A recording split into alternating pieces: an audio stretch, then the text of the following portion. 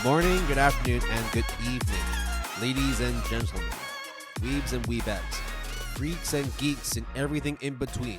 Welcome to episode 96, the final episode of season 8 of the Good Anime Palette podcast. We are going to be rounding out everything we've talked about over the past 12 episodes and giving our thoughts, our feelings, and our, unrequited love for a certain series and our completely uncontrolled hatred for what had entailed throughout the last 12 episodes of the Good Anime Palette podcast.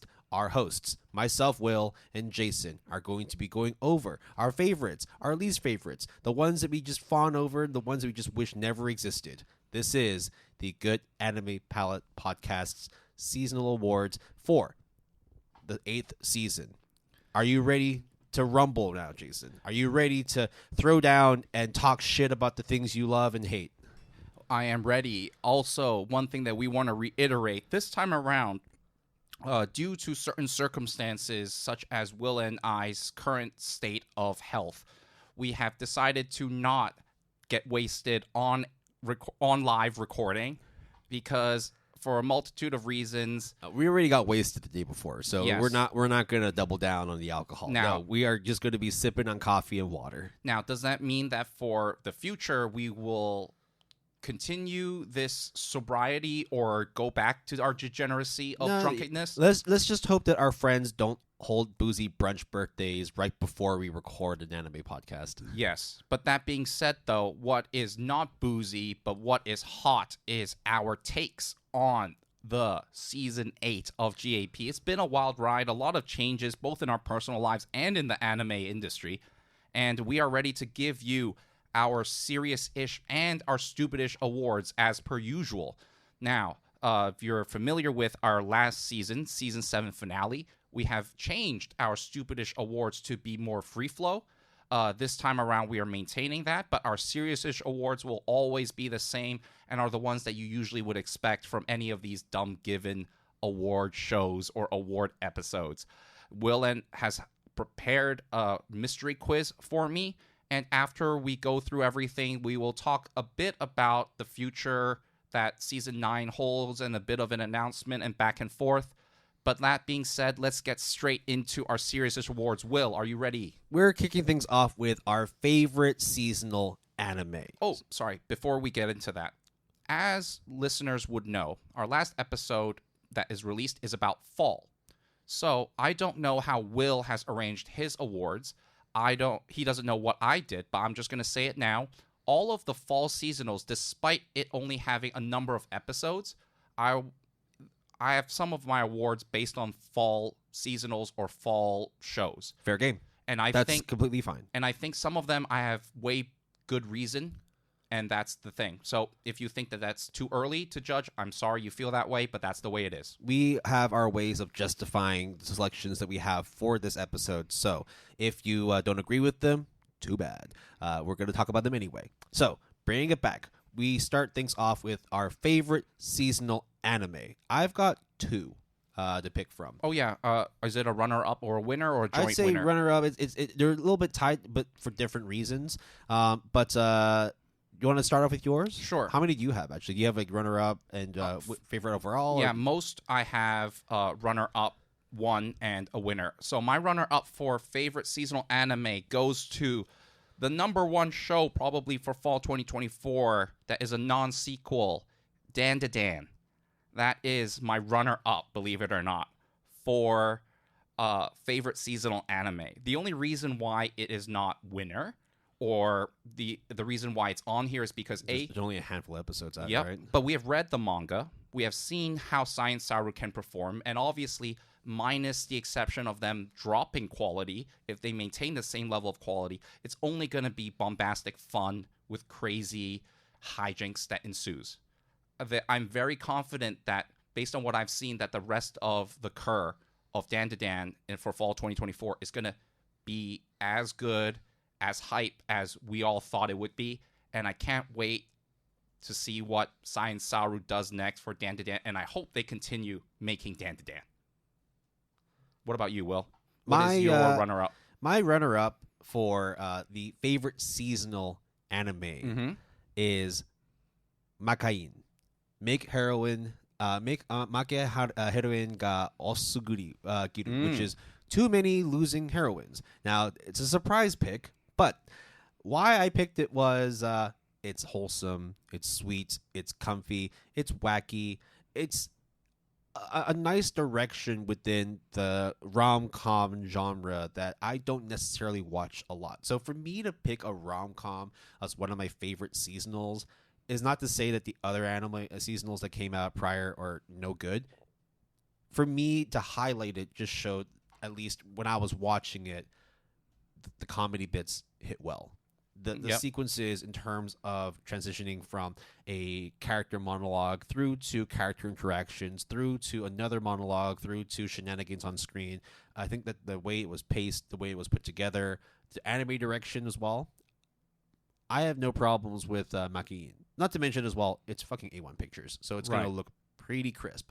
So yeah, that gets my runner up. However, in terms of my favorites, it was pretty much a no-brainer. And this is also one of the surprises in terms of how the anime score compares to the manga score. But this was something that was quite elusive. I see. Elusive Samurai was my favorite seasonal anime for this season. Funny enough, Jason's favorite seasonal anime award is also given to the summer 2024, The Elusive Samurai. Let's be clear. The manga score in no way is reflective of how the overall series plays out. Look, a 6.59 is criminal in terms of how the manga played out, because you and I reviewed it for our ASAP. I think it was 6 or 7. We didn't. No, it was a while back. Right? At least, at the very least, if it wasn't ASAP 5, then ASAP 6, right? Now, why did I pick it as number 1 for favorite seasonal anime? It just looks fantastic. Cloverworks, we know that they can do amazing quality work, but when it comes to the action side, it can be a little bit hit or miss. No problem whatsoever in terms of how it was animated, but what I really liked was the fact that when you had those insane sort of facial expressions, when you had the battle sequences of the characters playing out on the screen, it was just pure adrenaline. Also, it's really violent and really brutal. Very uncharacteristic if you are not familiar with the manga. By the way, the manga was our ASAP 4. Oh, even further back. So even further back. And I think when I didn't listen to our episode back then, but I'm pretty sure that we were unsure how Cloverwork would, make this adaptation. Yeah, because let's look at all the stuff they've done in the past, right? Shadow's House, Bocchi the Rock, Unite Up, right? Jason Butayaro, one of the other, I think it was the Bunny Girl Senpai stuff. Rascal Does Not Dream of a sister venturing out. Tokyo Ward. Yes, Horimiya piece and Horimiya as well. So, and also, of course, Spy Family. Absolutely. So, all the things that you've heard so far, yes, they all are visually fantastic. But when it comes to actually doing battle sequences, fighting sequences, that's not necessarily something that Cloverworks does on a frequent basis. So to actually keep it up and do fucking bonkers quality, you got to give props to Elusive Samurai. It might not be the highest ranked anime for that particular season, but in my book, it does more than enough to appease shonen fans, Cloverworks fans, and just fans of Elusive Samurai. So if you were a fan of the manga and felt a little bit downtrodden because of how lowly received it was in terms of its manga score, you got your redemption. Yeah, and I think this goes to show how someone's maybe lukewarm reception of a manga can do a complete 180 when an extremely competent and talented studio helms the adaptation process. For us, as we said, we think the manga is criminally underrated, but I'm also extremely happy to see everyone saying high praises for Elusive Samurai. I think it now sitting at a 7.86 is still criminal. I think it deserves to be above an 8. But that being said, I think it has been a strong showing, again, with a Season 2 announced, by the way. Yep. So I'm so excited to see what else is in store for Cloverworks and the Elusive Samurai being more elusive. The thing to really home in as well is that this finally proves that Cloverworks can do everything. Yes. They've done rom-com. They've done mystery supernatural. They've done drama. They've done Iyashike. But they never really did shonen action, right? Okay, fine. They did release Windbreaker a season or two ago. But that then further reinforces they can do the shonen action with Elusive Samurai. And the fact that you got Elusive Samurai coming up again with the second season, Windbreaker Season 2 also announced and confirmed as well.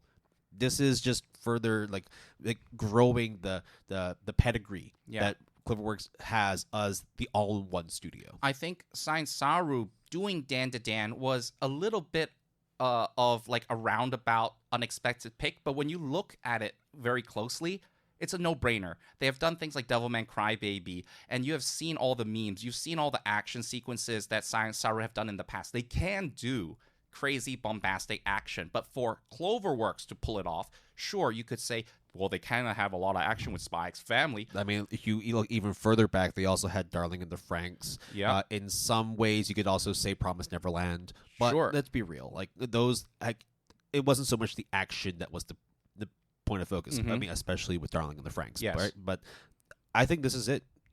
They've now collected all suits. They already have everything under their repertoire. This just further enhances the name of Cloverworks. They're racking up the high score in Balatro. Yes. There you go. Have you been playing it? No. You should play it. Unless you want to actually, have time on your hands. The reason why I don't play it is because of what you just said. Yeah. I want to have time. Okay, there you go. I've seen it. I know what's it about. I love it. I don't want to play it because of, So we've been talking about the current stuff, right? At least stuff that came out on a seasonal basis. Now let's backtrack a bit and talk about our favorite backlog anime. Now, this has been a little bit difficult to do because of the fact that we have been changing up the way that we've been doing our episodic releases. So there are certain series, like for example, the ASAP, the Call to Watch Balls, that get a little bit more attention simply because one, they're more fun to do, and two, it seems that people really like listening to them.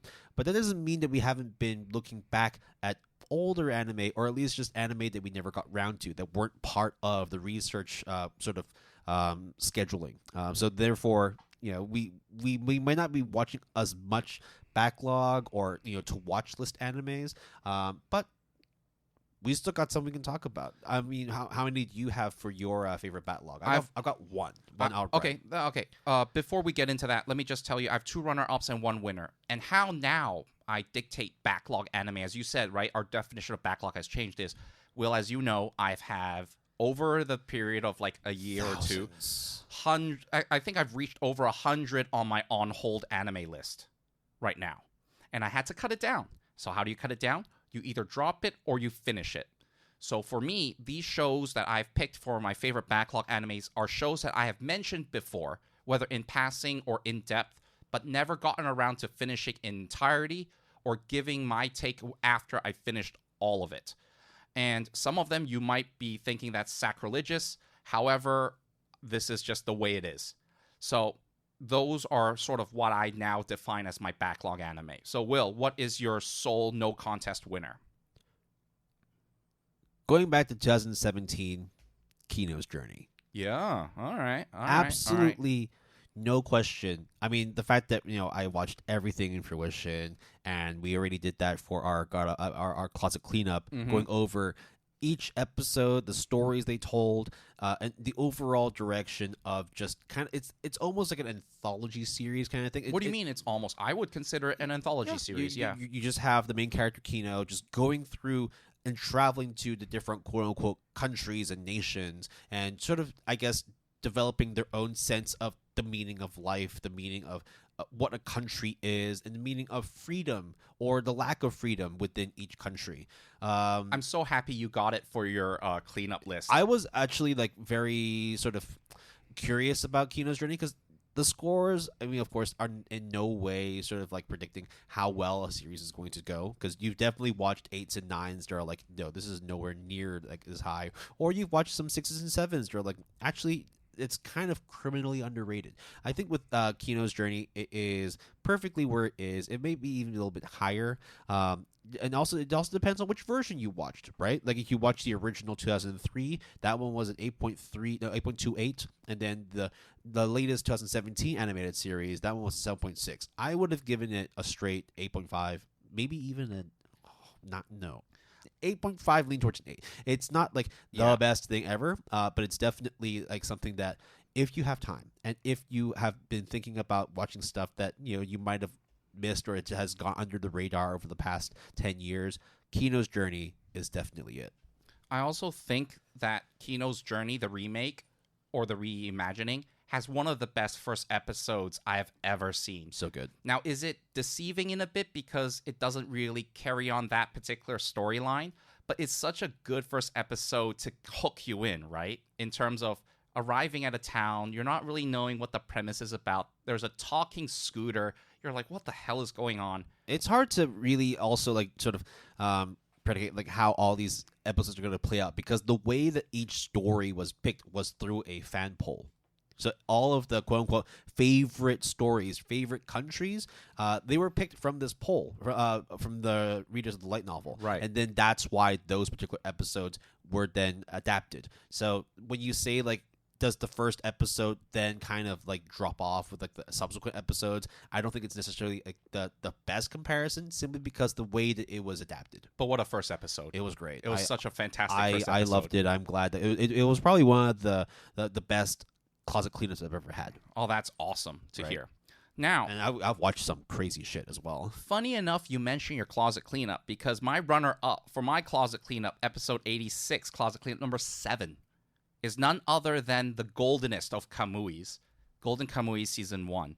As someone who has definitely heard of Golden Kamui here and there, whether it is the memes with the bears, or whether it is it ending its manga series, or whether it is Will's praising the series as a whole. Not to mention as well the final chapters in terms of the anime. I think the last season will be coming up fairly soon, sometime in 2025. So it's one of those things that I knew it existed, somewhere in the ether of anime, but I just never really gotten around to it. And due to closet cleanup, I got around to it, and I have to say, it is really good. Now, is it perfect or is it very good? I don't think so. I think even if you exclude the meme bear thing, which already I'm not, everyone. That's not in your calculation. Yeah, that's not in my calculations because that's just this funny side tangent thing at this point. It's just not fair to paint that with that brush. Yeah. Right? I was surprised at the level of survival, like Bear Grylls survival thing it is, how the harsh winter it is, and actually how bloody it is too. I kind of knew it was bloody, but to go to that level of, I just wasn't expecting it, basically. Since then, I have not watched season 2 or 3, not because I don't want to, it's just haven't gone around to it, but I am definitely, as I think I've said then, I'm sold on it. And it's only going to matter of time when I finish it. My other runner-up is an anime that I have sang to high heavens, but not the OG series, the spin-off, Horimiya: The Missing Pieces from spring 2023. I finally finished on Netflix. So there's not much to say other than it is a series that I gave 10 out of 10 to. Horimiya: The Missing Pieces is a 9 out of 10. And if you watch Horimiya, you gotta watch The Missing Pieces as well, right? Yeah, it's not a side tangent journey. It is, I would say, almost compulsory if you really like Horimiya. It's a no-brainer. Because of the fact that the original season of Horimiya was like covering stories of ABC, and therefore Horimiya: The Missing Pieces covers the stories of XYZ. Like all the stuff that's in between, but is also necessary for the overall plot. Yeah, it adds more because for those who don't know, Horimiya, the series, 80% of it is slice of life stuff that is cool, but it's not like material that you put in an anime. So they picked and choose for The Missing Pieces. It was great. But he also condensed everything for season 1, right? I think it's supposed to be like everything in one go. Yeah, it's all of the major events, so to speak, in one go. So then they have to have The Missing Pieces. So I think it was done very well. And similarly with Kino's Journey, The Missing Pieces, the ones that they chose to put as the missing pieces, were very well selected, such that I have no qualms with it, and it's almost a necessary component to really enjoy Horimiya. Now, you set yourself a really high bar by saying that your runner-ups are Golden Kamui and Horimiya Pieces. So what the hell do you have for your number 1 backlog anime? It is a show that, Will, you didn't quite vibe with in the very beginning, but one that I thought actually was really good. And then it ended up being an anime that I think everyone unexpectedly really liked. Spring 2024's Windbreaker Season 1. Wow. That one was your number one. I think the reason why it's a number one is several reasons. The first of all, it shows that Cloverworks could do action, could do boys delinquent type of shows that I thought Horror oomiee was basically Cloverworks MO. It is Spy X Family that's Cloverworks MO, not some delinquent, volcano high school, like let's beat each other up, rags to riches type of thing. Furthermore, I think the choreography of The Windbreaker is done very, very well, done very sharply, smoothly, and you can see all the fights. Hold on a second. Okay, so this is also a season that had the second season, second part of Mushoku Tensei. It also had Kaiju number 8. I didn't watch Mushoku Tensei. Yeah. But you did watch Kaiju number 8. I didn't finish it. But you were all... okay. That was my issue. That was your caveat. That was my caveat. All right, fair. All right. Trust me, Kaiju number 8 will be mentioned later on. I just did not finish it. That's why it's not in my backlog anime. We do have an award for things that are good, but we haven't yet to get to, right? Yeah. So guess where that's going to show up. Now moving on to Best Girl / Waifu of Season 8. I've got a runner-up and a winner. I've got a runner-up and a winner. My runner-up for Best Girl is none other than the grandma in Dan to Dan's Psycho Ayase. Okay, fair enough. Gilf to the gills, bro. I mean, the way that she's drawn and voice acted, definitely not gilf. But, Wait, if you want Nana Mizuki to be my waifu, she is my waifu in many ways. Okay. So, hey, she's awesome. What is your runner-up? My runner-up is from My Wife Has No Emotions, Mina-chan. Yo, what? Yes. Yo. That, in terms of it's not a runner-up and winner. It's the fact that I have a best girl and a best waifu, and you can't look past the best waifu than, waifu, iRobot waifu Mina-chan, who, despite not having any emotions, is still the perfect wife, right? Yeah. The fact that the anime itself, not a very good score. And we also talked about how overall the manga is pretty much run-of-the-mill, standard, kind of mid, right? But I think that if you were to try and just put all those things aside and find what would make the perfect waifu, well, how about a robot that actually knows all your likes and dislikes, knows how to cook your favorite foods, and gets them prepared perfectly, and also knows how to take care of you on a day-to-day basis, despite the fact that as a robot, they don't have it in their calculation, in their programming, to be more than just a serving robot. And I think that you just can't look past her as the best waifu. So what is your winner? She's not. No. So that's the thing. Yeah. Sorry. Yeah. So best waifu. Yeah. So what's your best girl? Is there really anybody else other than Qeeo herself? Ooh, technically, yep. Yeah. That passes. Yeah. That checks out. Yeah. She's good. The fact that they live the life that I want, which is to just kind of abandon all depression, to abandon all responsibilities. Well, they are a pretty responsible person, but to just, get on your motorbike, despite it talking to you, and just traveling the world. And seeing what's all about, right? Yeah. That's the kind of perfect nomadic life that I want to have. Being able to pack up my bags and just see the world, whether or not the world is set for me. Right? It does not matter if I go to a place and it doesn't vibe with me. It doesn't matter if I go to a place and I really love the place. The main thing for me is I just want to have as many eye-opening experiences as possible. That's why I like to travel, even if, of course, my bank account doesn't like it when I travel. So you like traveling as far as the ocean can see, right? Yeah. But what I am saying is the best girl / waifu of Season 8, when you look at the ocean and you think, what if it was a rock? What if it was the center point that holds all of the JoJo lore together and ties it in the nicest bow ever? Jolene Joestar undoubtedly is my favorite best waifu / girl of Season 8. It is no doubt in my fucking mind. She is awesome. I did not imagine you to ever pick a JoJo as your best girl, even though the fact that there aren't that. There's only been one JoJo that you can pick up as that's female. Sure, but But I didn't pick her. I Wow. didn't pick her just because she is the only female JoJo that is relevant. She kicks ass. I mean, for sure. Trish also technically is not a JoJo, but she is prominently featured in Part 5, right? But why is Jolene best girl waifu? First of all, she is one of those who has been unjustly served by society in the beginning, right? And then she strives to make her way through the penitentiary system to get it, save his dad, save everyone, and make it out alive. It also helps that I think Part 6 is one of my favorite JoJo parts, period, with the exception of Part 4.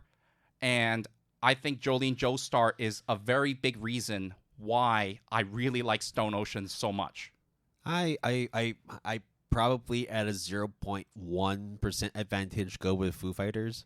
I really like Foo Fighters, but Jolene Cujo, fair enough. Very good pick. I think Jolene is better than Foo Fighters because of her prominence, her charisma, her role in the Yeah. whole JoJo verse as well. But if right? you know how much I like Foo Fighters. Yes, You know how much I sing praises about it when we talked about Part 6. but there can only be one. There can only be one. And therefore, Jolene Joestar is that one. Now, let's switch the genders around and go into best boy and best husbando. I'm just going to straight up say the best husbando, it's Takuma from My Wife Has No Emotions. Fair. Because he legitimately plays the archetypal husband, well, at least newly wedded husband, who basically has no real life experiences outside of waking up, brushing your teeth, taking a shit, get changed, go to work, come back, and then maybe scrounging some food together, whether it's an ekiben or whether it is like a bento or whether it is like a onigiri, like on their way back, right? But then you come back and you get sort of basically pampered with wonderful food, wonderful service, wonderful just all the household stuff is done for you. Yeah. But you don't take it for granted. Yeah. Because you realize as well that without all these wonderful things happening to you, you're just left to just wallow around, leave trash piling up, all the leftover rice boxes from all the food you've eaten. This is a character that shows growth, and growth in the sense that he learns about responsibility. He learns about equals and opposites. He learns about that if he was to, it's one of the basic laws of physics. You give and you receive. Yeah, right? yeah. Equivalent exchange, right? So you have to make sure that you're not just receiving the whole time, and this is what I think is the underlying aspect of My Wife Has No Emotions. I think the fact that he knows full well that he is in love with a robot maid, and that really any semblance of emotion that comes is mostly just manufactured in your mind. Or maybe it's not, right? I mean, you have to read and watch you more, have to right? read and watch more. Well, and I think it's interesting that you have chosen My Wife Has No Emotions for the previous award and this award, because It's the perfect sort of focal point of what it means to be a husbando and a waifu. No, I totally get you. I don't think it's a bad choice. I was just surprised by that choice, that is all, right? Yeah. And I think that also the main character being generic, but being thrusted in this situation that is very atypical, right? Because the Mina robot is not supposed to work like that, right? I mean, a typical husbando in an atypical relationship is why I picked it in the first place. And I think that is the greatest reason why you should. Now, for me, best boy goes to Tokiyuki Hojo from The Elusive Samurai. Yeah. Just loves jumping around, and I've never seen someone so type A on adrenaline and just gets a high off of it. Literally in the anime, gets high off of being put in really bad predicaments to then really almost be kind of scary. Being like, this guy is psycho. But also all of a sudden be the cute heir that is going to unify and rule all of Japan, or trying to at least, and pick up the pieces that has been fallen off from the family tragedy that happens in episode 1. However, for the first time that I'm mentioning on the podcast, the runner-up goes to a person called Jogoro Kobato, none other than from the anime Shosumin How to Become Ordinary. That was a good series. Now, That was a pretty good series. One thing- damn, I could have picked it as a favorite seasonal too. the series is going to show up in my list later on. But one thing that I've said about this show that Will said I should watch. So I did just that. I didn't follow up with him on it. I just watched it on my own. And I think that this show, first of all, getting a second season for spring is great. Congratulations. Second thing, despite it not being Hyoka, I think a lot of people don't like this show, at least based on the Mal ratings. It's like a 7.03 or something like that. Criminal. Which honestly, I think is really bullshit. Because in many ways, it is almost in like spirit exactly the same. But it's like, hey, have you ever thought about how someone could make hot chocolate with 3 cups? Or why a bag is hidden underneath like a locker room? And actually having a legitimate reason, because it's the mundaneness of everyday life. I really enjoyed How to Become Ordinary in so many ways. And I think Best Boy, because he is a detective sleuth, isn't he? But he always wants to be playing behind the scenes. I very much understand that sentiment. And that's why he's runner-up for Best Boy. Much in the same vein for my pick for somebody that is, happy to work behind the scenes, my Best Boy of Season 8, the JP, is Kazuhiko Nukumizu, the male protagonist of Makain. Oh, man, this is like Academy Awards, like repeated winner kind of scenario. I need to watch that show. This character is, wholesome to the wall. Just the fact that when he first comes across, like, just a lot of bullshit, characters breaking up, like in that restaurant, right? Yeah, the fact that like he just sees like one of the worst breakdowns of a fucking character that just got broken up with, and then not even wanting to, but just unfortunately being burdened with somebody's emotional baggage, but sticking with it. And like just knowing that at the end of the day, like he just continuously sees people getting crushed emotionally and physically, and all he wants to do is provide emotional support and do right by them, right? Yeah, in these kinds of vulnerable moments, you might feel like, oh no, this person's just trying to slide in and take advantage of somebody that is down in the dumps and maybe using this as an opportunity to get themselves a girlfriend or get themselves a partner. No, this guy just looks at it, it's like, no, this girl is completely down in the dumps. I need to help them move on. I need to help them grow. Now, at times, of course, the things that they put upon him, it can be a bit more than just emotional support. I'm sure there were many times in the episodes where Kazuhiko was just like, dude, get me out of here. I can't deal with this bullshit. This girl is fucking crazy. This girl needs to chill. But he still sticks by them. And you told me it was like almost like 100 girlfriends, but in a different vein, right? Because he's not burdened with trying to make them fall in love with him.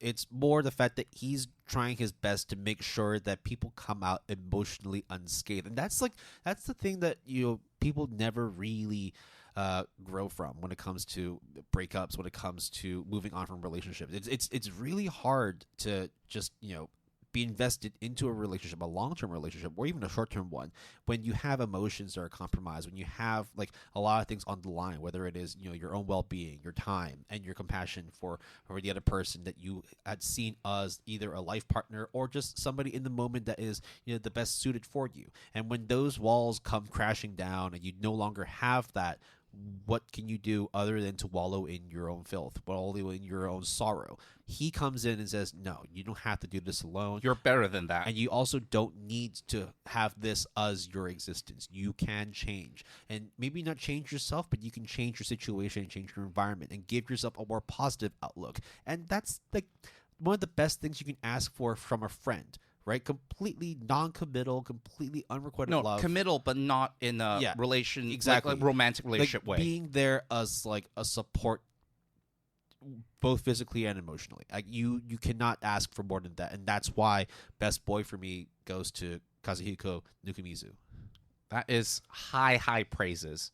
Now, going from the highs of the highs to the lows of the lows.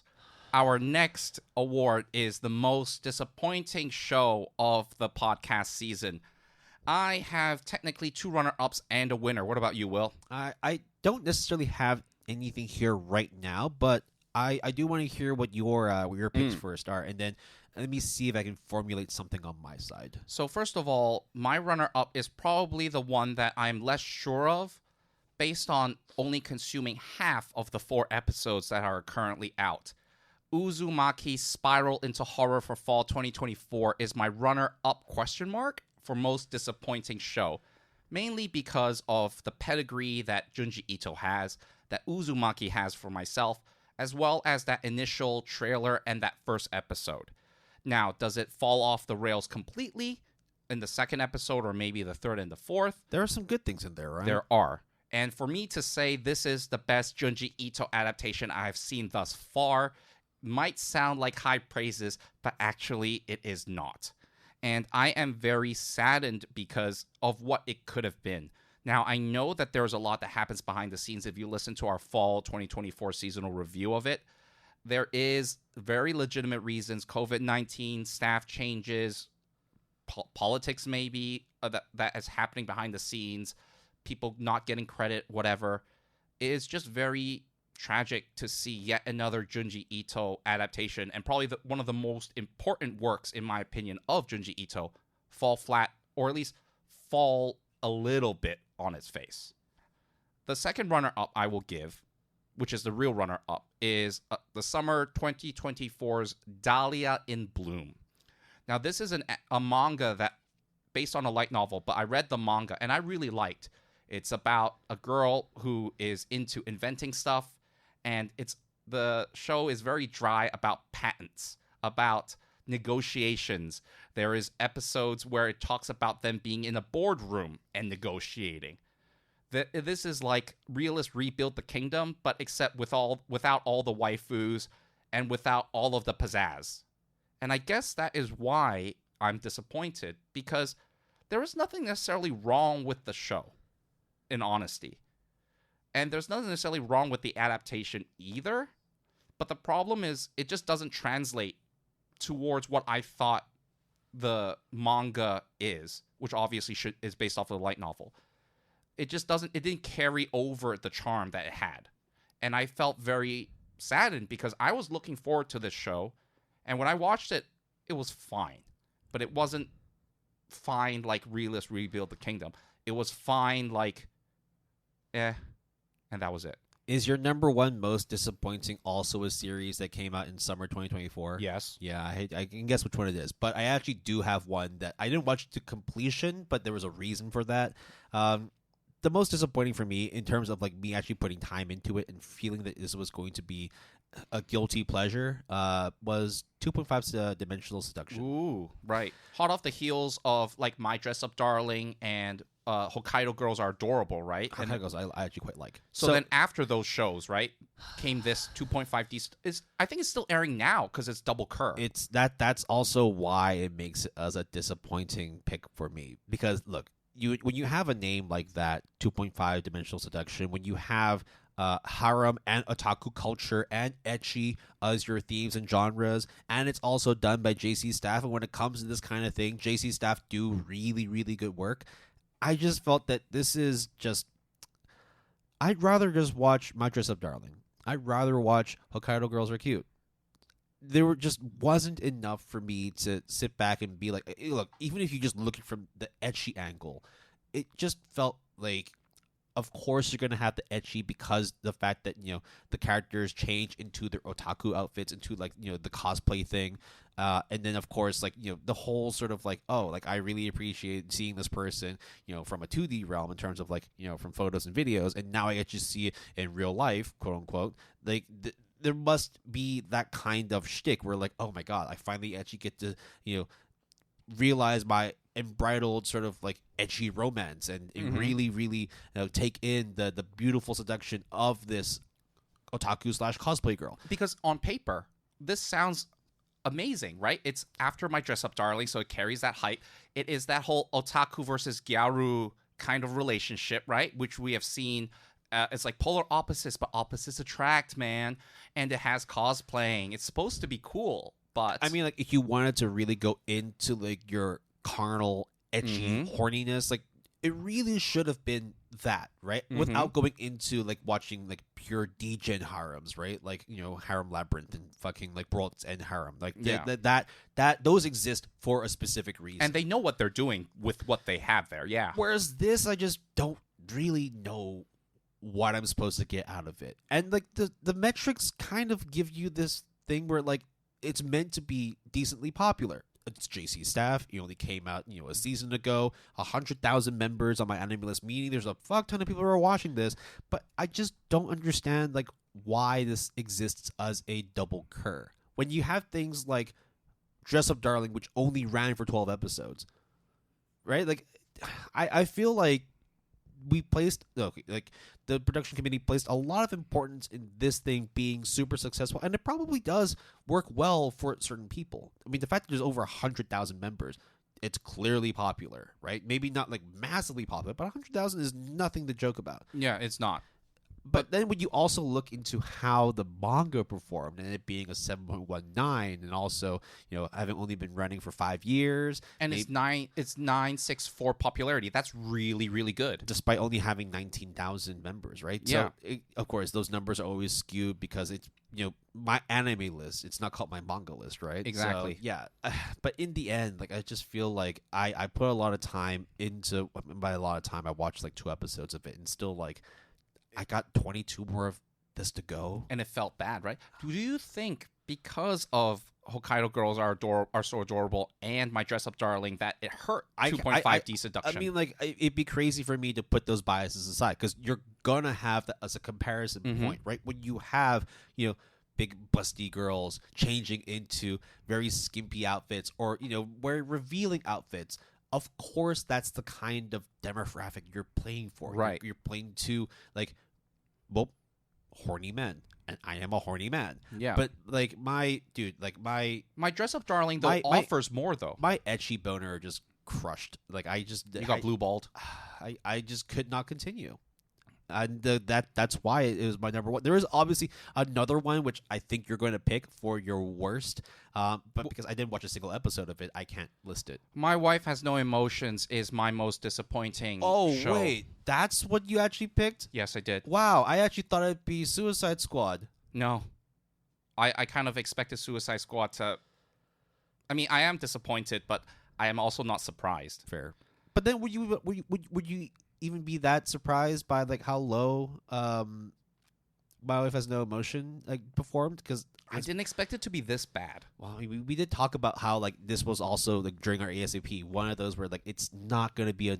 I think it's just the fact that like it went lower than that for you. Yeah, Okay. like, and the thing is, when it's hard for me to describe why I put so much emphasis on My Wife Has No Emotion, because I think when you go past the slice of life shtick, it then evolves into very philosophical debates of what does it mean to have a robot wife but you be a human? What is a robot sentientness? All of that stuff does factor into the manga. And yes, you could say, well, the anime doesn't really cover it in a lot of detail, or it covers later on, or like robot hate or human hate and whatnot. All of these typical science fiction tropes and themes are not present in the anime that I watched, or at least not to that extent. I agree with you. But for it to kind of not have a lot of life, no pun intended, it is very disappointing because we're only going to get that one season very likely. And what was offered based on what I have seen is very mediocre. You can blame Tezuka Productions, which I did. You can blame the beginning shtick of it before it evolves into what it's supposed to be or what it ends up being.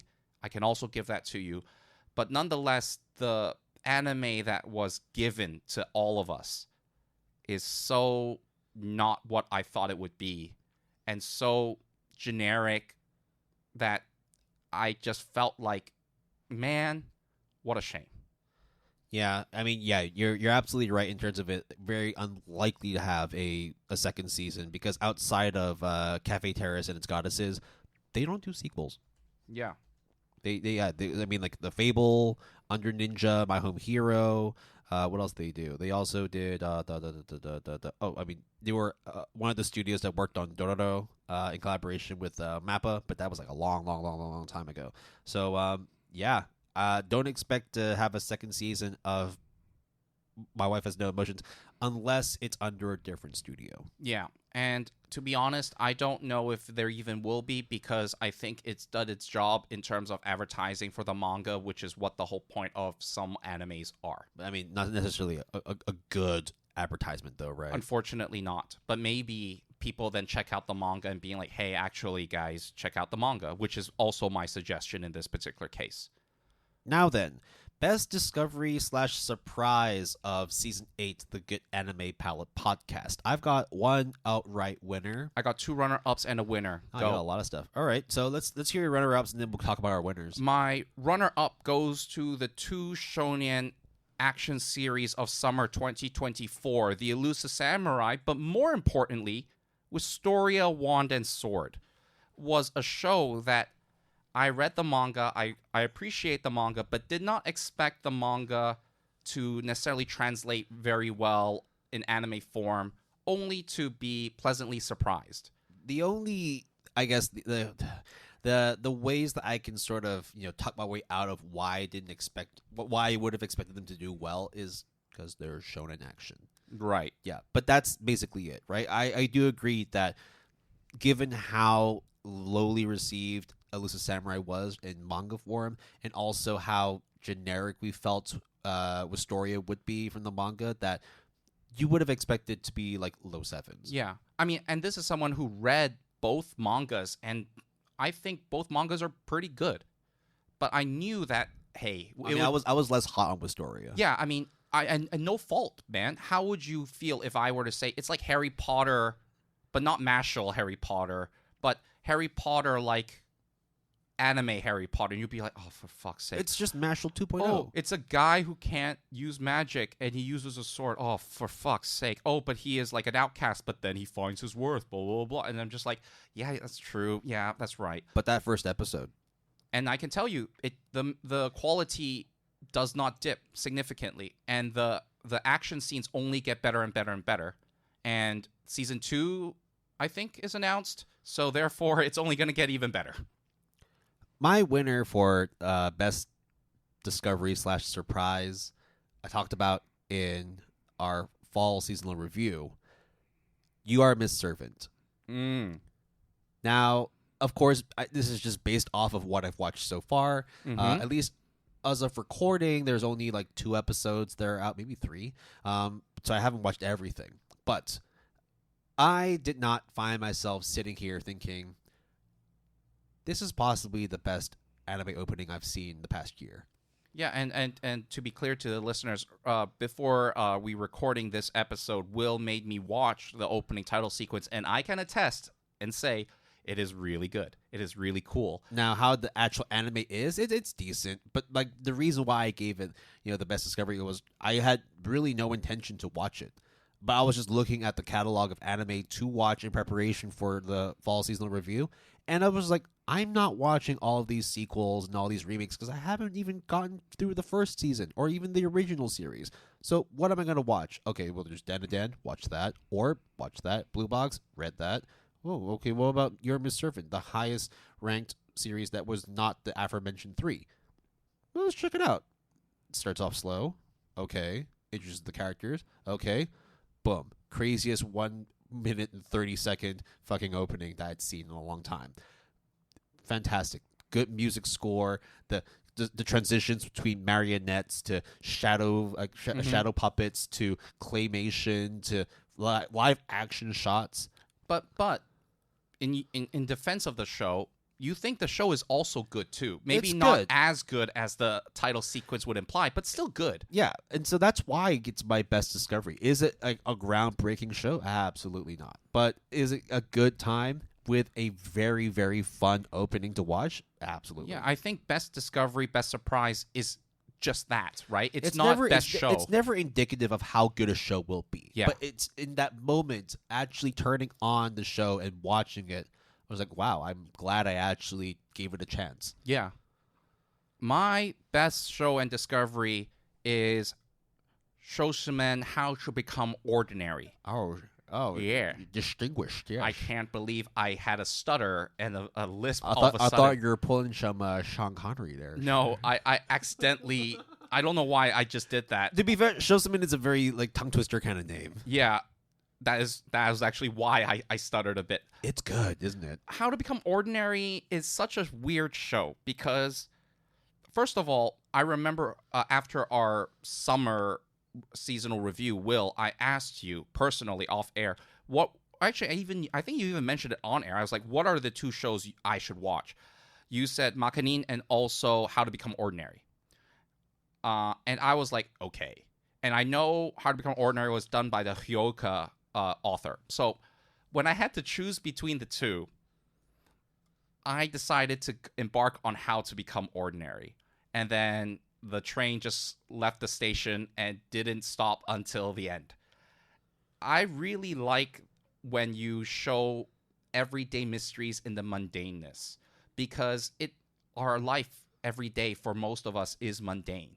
We try to find like stimulation in each other, in our entertainment, but there's wonders and mysteries in everything that we usually don't pay attention to, that is actually kind of cool when you think about it.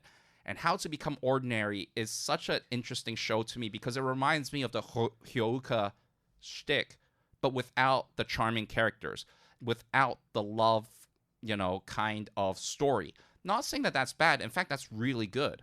But here, it just focuses on the essence of the mystery element, the mundaneness. And I just have to say, it's really a quiet show. There's just a lot of silence and a lot of just like, yeah, let's just go to this person's house. Yeah, I mean, yeah, cool, I can stay after school. Yeah, I mean, I would love to go to this cake shop. It would be great. Yeah, despite summer 2024 like being relatively mid and also dropping some stinkers, like there were some good shows that came out of that season. Yeah, I think so too. And that goes into probably our next award, the quote-unquote best anime/manga that we have yet to get to. I have 3 runner-ups and a winner, but I will give the winner first because that's the most important one. Makane, Too Many Losing Heroines, wins that award because I just haven't gone around to it yet, despite everyone on Mal saying that it's the second best show of that season and Will singing it to high praises. I just haven't gone around to it. And that's why it deserves that high list to be a winner. What about you, Will? This is just me being lazy, but I haven't watched a whole lot of Mushoku Tensei lately, and I know that season 2 part 2 came out in spring and I still haven't watched it. I mean, that's what this award is for. So like I probably should get off my ass and start watching it because I watched My Wife Has No Emotion, but I didn't watch this. What the fuck, Yeah. Do you not know my runner-ups for this, okay? My first runner-up is Oshinoko Season 2. That too, yeah. That's pretty bad that I have, despite me loving Oshinoko, I didn't finish Season 2 yet. Also, the other one, Kaiju number 8, is my second runner-up for Spring 2024, because clearly it's a really good show. I just haven't finished it yet because we have to get on to other things in personal life. But the one that actually came out of nowhere that I finally realized that both of us needs to watch is a show that I'm going to attempt to pronounce right now, okay? Dead Demons DDD Destruction. Oh, Dead, yeah. It is a show that I think was split over like a couple of movies or something, or like it was released on Crunchyroll in a very unorthodox format, and a lot of people have been saying so many good things about it. And it was the other one of those like D shows, like starts with a D, like Dan to Dan and DDD, that I just always remember those two. And apparently this show is fucking phenomenal. And a lot of people like it. And apparently it's really brutal, but really well done. And I've not even paid attention to it until now. I mean, it's got a good base to run off of because the fact that the manga is an 8.2. Yeah. And top 200 popularity. And there's like a ton of like movies, or I think there's like 12 episodes, something like that, where I just haven't gone around to it. And I think a lot of people haven't, but I think everyone should, including myself.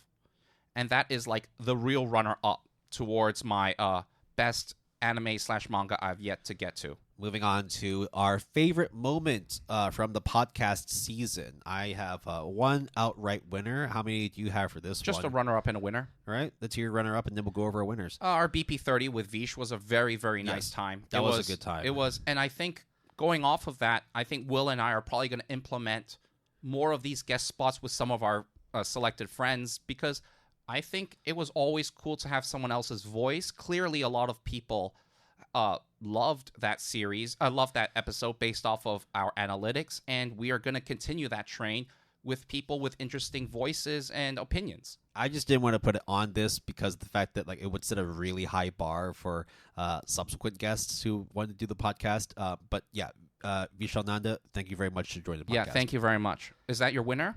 No. What is your winner then? The winner goes to you. Oh, shit. Mr. Jason. Oh, shit. Going back onto our Iceberg 2 when we were talking about Excel Saga and you massively started talking shit about Shinichiro Watanabe when he clearly wasn't the person that did Excel Saga. That's really bad. That's my bad, bro. That's really my bad. When I was telling you, actually, so his name is Shinichi Watanabe, not Shinichiro Watanabe. Like, I don't fault you, Jason, for making that mistake. But the face of realization that you did real time was just like, oh, wow. I literally put my hands in my face. I literally did that while we were recording. I felt like such an idiot to conflate the two, despite their names being very, very similar. Yes. But still, nonetheless, that does not excuse it. That's like saying Jensen and Jason is similar names, so therefore it's okay to misunderstand two people. No, it does not excuse that behavior whatsoever. But it was an honest brain fart. Yes. What was your favorite moment? My favorite moment is the end of a journey for JoJo's Bizarre Adventure, episode 90. For Gotta Watch Them All. I cannot emphasize how important that moment is. Not because I finished one Gotta Watch Them All journey when you have finished two, right? You finished Monogatari for the time being, as well as Sword Art Online for the time being. But also because it really was, because I knew about what happens in terms of the reset, so to speak. I don't think that's a spoiler, really. No, not at all. But to see it happen and the ramifications, knowing everything that leads up to it, and knowing now all of that, really carries so much weight. And I hope there will be part 7. There needs to be part 7. There will be. It just won't come out for another 2 years. So when that comes around, Will and I will be on the ball rather than just Will this time, because I let you say on the ball because the next part is Steel Ball Run. I know. I did that Very on nice. purpose. Very Pun nice. intended this time. So we will cover that for sure. That being said, though, for the time being, my journey for JoJo has now ended, and I am ready to embark on Bungo Stray Dogs. But episode 90 will always live deep in my heart for this podcast season, because it was the end of an era for JoJo for me. I'm glad you had a massive turnaround on JoJo because you were not hot on it starting off. I mean, as a lot of fans were when they watched part 1. I would say part 1.5 was not good. Yeah. I mean, it was good, but it wasn't like, I was like, I don't get it still. Then after half of part 2 and then part 3 onwards, I was like, okay, I get it. Yep. So we now go into the best manga of the GAP Season 8. So I've got 2 here, and I don't know which one is my winner. I might even just put them both as winners because I like them both for very, very different reasons. You can do a joint winner. I don't think that's a bad thing at all. The first one I will say is Blue Box. Okay. Because when it comes to reading manga for the ASAP series, yes, I did finish The Fable all the way through. But Blue Box was one of those where I just sat here just thinking, am I really reading over 100 chapters of a rom-com? Not even a rom-com, just a comedy drama, a romance drama. I am. And I'm really loving it. I mean, like when I was flying over to Japan, when I was taking the train up to China, like mainland China, me and my iPad was just there, just reading every single chapter up to current for Blue Box and loving every moment. And now I feel bad for not watching the anime when it's all out. But I mean, by the time when it's out, I mean, the fact that there are like by the time this episode comes out, like 4 or 5 episodes, yeah. Yeah. So definitely doing a disservice to Blue Box, but it doesn't mean that like I'm not showing my love for it because it was one of the best mangas that I'd read for ASAP. So there's that. The other winner I have though, and sorry to cut you off. My runner-up is Blue Box. Okay. For best manga. I wonder if we have the same for the... Very likely, but go on. Darwin Incident. Yes, that is my winner for. I mean, no shit, right? No shit, Sherlock, for our ASAPs, right? And to be fair, we read a lot of really good manga. Yes. But there's just something when it's really off kilter, when it is just so fucking strange and weird and controversial that you just can't ignore the potential of Darwin Incident as a pick for the ASAP and waiting to see how it translates on screen as an anime. I'm so curious, and I think it's one of those things where I really don't know how it's going to pan out. But for what we've read so far, it's so fucking good. crazy good. And this is us, like, not even. Did we have Orb for one of the winners? Yes, yes, right? we did. It's Orb level. It's Orb, and I think Will, when we first checked it out, it was like, what the fuck is this shit? No. Even before, what the fuck is this? Actually, wait. When we were actually not going to do the Darwin Incident. There was another contender. Then Toho Animation made an announcement, so then therefore it became ASAP eligible. We looked at it and we were like, "What the fuck is this?" It has a picture of a monkey. What is this chimpanzee thing? Why not? And we just said, like, let's just put it on there. Whatever. Honestly, that it was that nonchalant about it. And then it ended up being this massive deal for both of us. I think the Darwin Incident, regardless of the anime adaptation, is one of those mangas that rarely shows up. Because to tackle those kinds of subjects, for it to take place in America, for it to go over certain events that takes place in America is so ballsy, and through the lens of a Japanese author. And the story is told so well. It's almost like an HBO, Netflix series of high praises and magnitude. Yet it's not. And what it is an anime and a manga. And we don't get that every day. And that's why I think it deserves best manga. Probably, like, even surpassing some of our old previous winners, too. Now, to round up the serious-ish awards... Oh, God. This is tough. Our favorite anime of the 8th season of the GAP. I've got one outright winner, and that's it. And it's a very special pick for me, specifically. Okay, let's hear it. But I don't know what you've got for yours in terms of, like, winners and runner-ups and all that. Before I hear what your no contest winner is, this was a really hard, more so than usual. Not because, Jason, you can't decide... But because there was a lot of good stuff. And the fall season has not even ended. It's not even at its halfway point. So what do I do with those shows? Then on top of that, we watched some movies, hint, hint, that are pretty good too.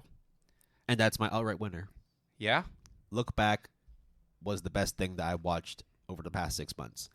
And it actually... It's my runner-up. It actually has a lot of importance specifically for me, but also for the podcast, because when we were very early on in our journey working on the GAP, we had talked about a lot of the stuff that we talked about Fire Punch, we talked about Chainsaw Man, we talked about and then Look Back, just hear just play the song, whatever that one was called. Just listen to the song. Yeah. Goodbye, Aerie. And at the time when we were talking about Goodbye, Aerie and Look Back, you and I immediately were like, they're going to make a short movie out of this. Yeah. And the fact that 3 years later, they fucking made a short movie out of it, like, it just was one of those actual full circle moments for us specifically. I mean, that's why. It's not too hard to predict that, and we have made similar predictions. Well, hard in the sense that, like, would they have? Like, what financial incentive did they have to make it, right? That's what I mean, right? And we also said something like, oh, maybe it's a 3-episode OVA, but it's kind of shouldn't be. It should be like, but how do we do a 50? I think we even said, how do we do a 50-minute movie? And guess what? They just did it. It's a 50-minute movie. Did it. I can't believe they did what we thought was impossible. And for it to be so successful, right? And could you believe it, Will? That is actually my runner-up. Yeah, so I want to hear what else you got on your list. Now, I technically only have one real winner, but there are honorable mentions. Dan to Dan feels honorable mention. And it would definitely be eligible as best anime once it's done. Yeah. Unfortunately, it's not done. We have read the manga, Will and I, so we have known what can they do. And obviously, Science Saru is amazing with that adaptation, but it's a runner-up because we just don't know how it all pans out as a complete package. I think The Elusive Samurai deserves a special mention as the runner-up because... It shattered all expectations. Yeah, and for a manga to be received by everyone on Mal so so poorly. lukewarm? Because granted, it's on Shonen Jump and it's like the lowest ranked ever, right? And for Cloverworks to come out and really show what they've got is so fantastic. But despite all that, it is not my real winner. Those are all runner-ups, because my real winner for the best anime of Season 8 of the GAP Is ReZero. is No, it's not. Summer 2024's Monogatari series Off and Monster Season. Ah. I cannot believe that in this day and age, we would actually get a continuation from Studio Shaft of the Monogatari series, despite the CEO of Shaft saying, yeah, we're going to do all of it. We're going to fucking do all of it. I mean, like, you knew it was going to happen, but was it really going to happen? Then a little bit of an inside baseball spoiler alert on Will's fucking wedding reception. My phone buzzed. I checked it, and out of nowhere, I grabbed Will. I think you were like drinking, talking to like our friends, and I think Vishal, you were talking to Vishal actually. Yeah. And then I grabbed you, I pulled you aside. I was like, bro, we need to fucking talk. Off and Monster Season is on. I'm like, what are you talking about? Yeah, dude? and then I showed it to you, and I'm like, it's coming out in like 3 weeks. And you're like, what the fuck are you talking about? And we were both like semi-drunk, and then we're like losing our minds while I think your now wife looked at us. Dude, like, you showed me on the phone. It's like, I looked at it, it was the mouse screen. It's like, oh, from me to you got a season 3. Nice. Yeah, no, yeah. that's not it. Yeah. Yeah, that's right. That's literally it. Oh, is it King and Ashura? No, not even that. Oh, wow. They're actually fucking making and actually releasing in just a few weeks Off and Monster Season for the Monogatari series. And then we both lost our collective minds, and then everyone around us is like, what are you two like blabbing on about? And then I think what we did was we had to explain to everyone for like 5 minutes like a madman, and then they're all being like, okay, whatever, Will and Jason are just doing their weeb shit, they're just drunk, whatever, and then us just still losing our fucking minds. And guess what? It's really good. Now, is it great? No. Is it the best? No.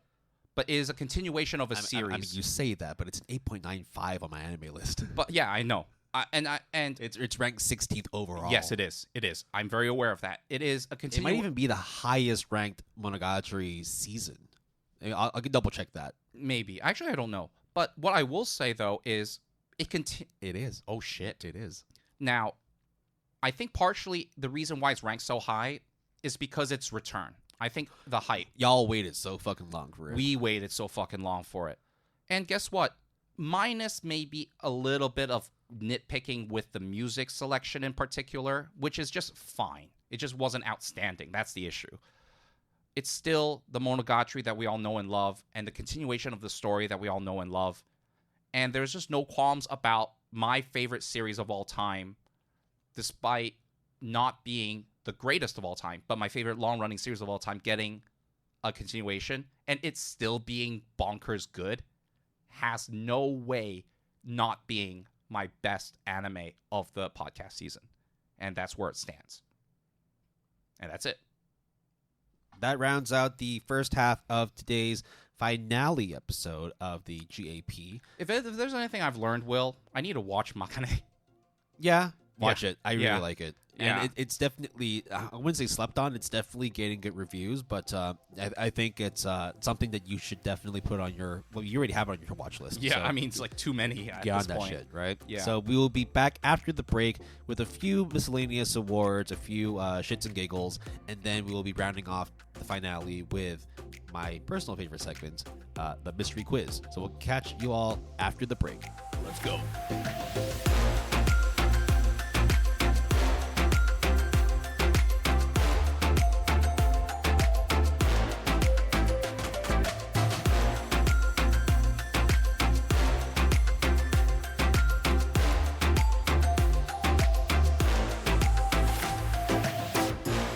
Welcome back to the second half of this episode of the Good Anime Palette Podcast, episode 96, our season 8 finale.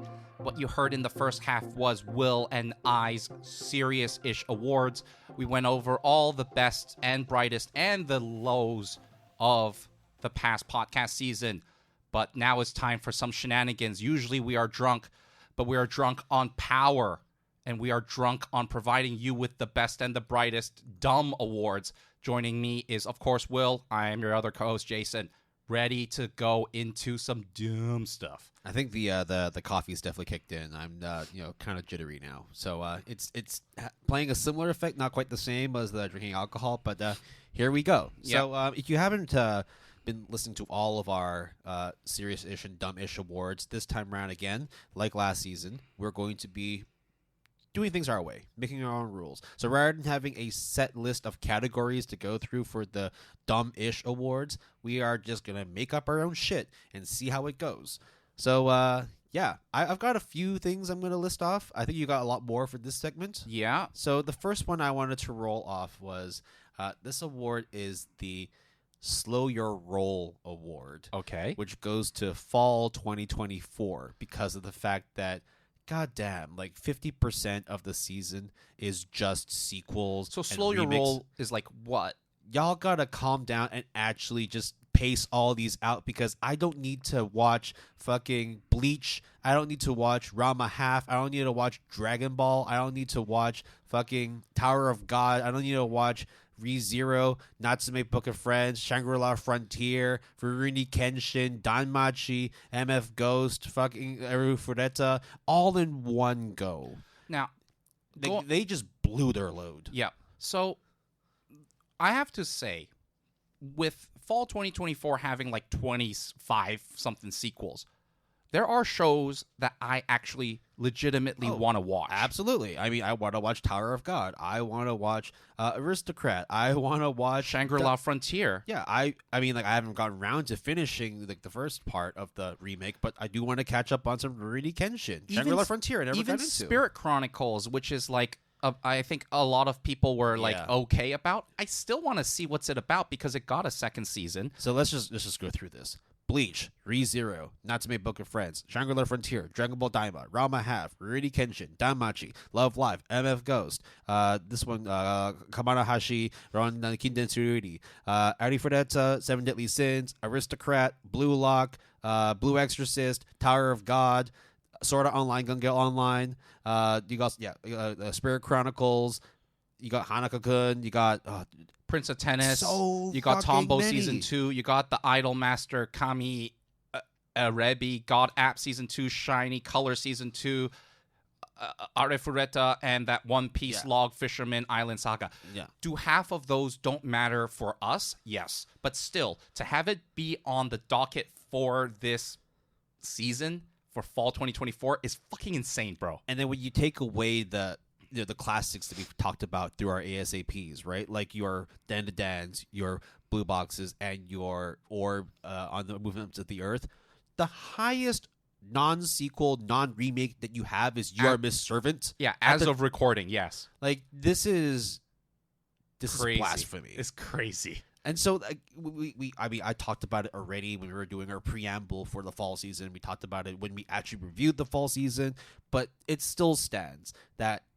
yes, you do have a lot of. I mean, that's how the industry works. You want to have sequels and remakes of popular properties. So you can keep getting anime fans to watch your shit. But when you blow your load and have everything all come out, all the heavy hitters, and it's just really hard to navigate this season and pick stuff that you want to watch when you haven't even watched half of like the original series or the first seasons of the aforementioned shows. Yeah, I have to reemphasize that even though Will and I would say in terms of our friend group or the people that we know consume anime the most, we still pale in comparison to be able to finish everything and to be up to date with everything. And yes, of course, there will be a huge subset of, I know that sounds like an oxymoron, but there is a huge subset of people on my anime list that watches everything religiously, that is up to date with everything religiously. But that has to be the minority of people who appreciate anime. There's no time for everyone to be able to be up to date with all of these shows all at once. And it's just crazy how in the fall, when everything is hype, when everything is the most like filled to the brim with shows, for everyone to be able to have time and energy to consume everything and not other things too. Let's look at like the previous 2 seasons, okay? So summer 2024, you had Makain, you had Wistoria, you had Pseudo Harem, you had Elusive Samurai, you had Oshinoko. Oshinoko was a sequel, right? Oh, okay, so we're counting non-sequels, Yeah, right? right. And then the season before that was spring. You had, yes, it's a remake, but Merchant Meets the Wise Wolf. You had Kaiju number 8. You had Girls Band Cry. Oh, yeah, Jellyfish Can't Swim at Night. Windbreaker. Alia sometimes hide her feelings in Russian, That one too, yes. which both of us don't. We're like okay on, so that's why we didn't really mention it. But yeah, it's that's a lot of people. There's also one that kind of crept under the radar. Yatagarasu, the Raven does not choose its master. 8.06, and this was in spring 2024, done by Studio Pierrot, and neither of us knew or even say even the Fable. Right? When it first came out was a 6 something. Yeah. It is now sitting at an 8.04. It just goes to show that when the anime season is over and everyone's finished it, or most people have finished it, and they reassess that score, the shift of scores and the shift of what we think is the people's impression dramatically changes. Yeah. But what I was, going with by listing all those series was that none of those are sequels, none of those are remakes. These are either brand new shows, originals, just things that debuted in that particular season. So when you look into fall 2024 and it's all sequels and all remakes, okay, production companies, obviously, they have something going on in terms of how they scheduled all these releases. But come on, man, space it out. Because you're going to have seasons where it's kind of dull and boring. And yes, to be fair, fall is always that time of year where you want to put it in front of everyone's eyeballs. I get that. But when all of you do that at once, there's not enough eyeballs to go around to look at everything. Yeah, and okay, like spring 2024, yes, you did have Mushoku Tensei, you had Sound Euphonium, you had Konosuba, you had Demon Slayer, and My Hero Academia. Fair enough. But you also had some brand new things in there, like your Kaiju number 8s, like your Fables, like the Raven Does Not Choose His Master, Windbreaker, the old people reincarnation, the grandma and grandpa turn young again. Yeah, which was like a mid-show, but it was also very nice and wholesome. Plus, you also had that train ride to the end of the world. Yep, which is an anime original, which was very exciting for me because it's like you never know what's going to happen next. And, okay, so, Will, that was, what was it called? Like the Slow Your Roll. So I had a similar award, which I guess will be the second stupidest award that we will give. The What If This Becomes a Thing award, given to the trends that I've seen in the past podcast season that I'm like, I don't know if this is a good or bad thing. Obviously, the winner goes to the fall 2024 for their sequels.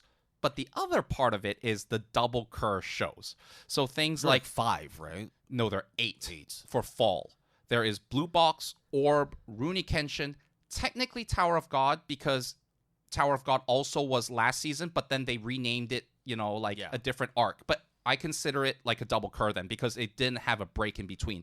Tying the Knot, Trillion Game, this Tohai Mahjong game, anime, and the Terrified Teacher at Ghoul School. Then, when you go back to summer, there is stuff like continuing shows. There's like 2.5D, Seduction, right? There's just so many shows. I mean, I just literally cannot spend too much time going off of that. There's just so many shows right now that are sequels or double curves. And I need to ask you. Yeah, double curves. So you would, from the seasons past, you had Spice and Wolf, Merchant Meets the Wise Wolf. You also had the Raven Doesn't Choose Its Master, The Fable. You have Sengoku Yoku. Slime Isekai.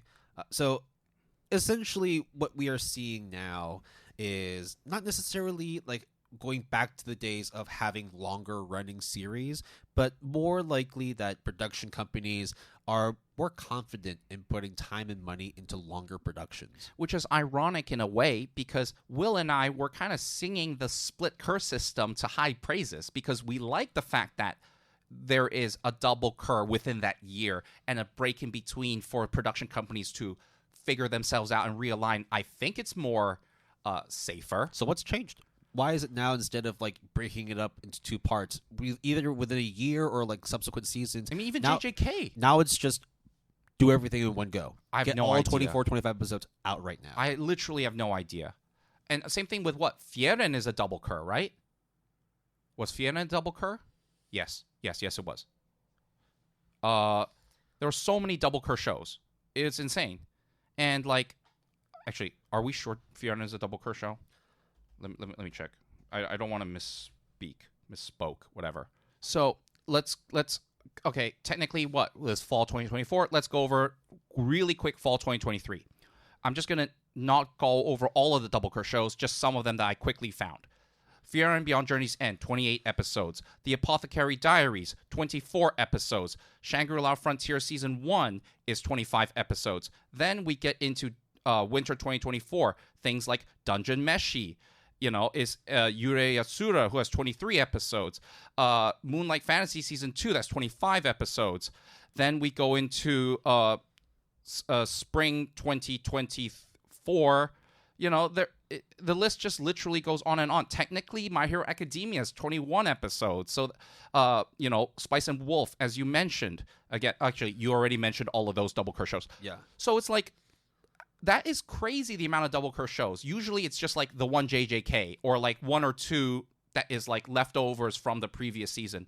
Out of nowhere, when we thought split curs was going to be a thing because everyone was doing it, then now everyone's not doing it. So what's up? I have theories. Let's hear it. It might be a way to sort of consolidate your production time.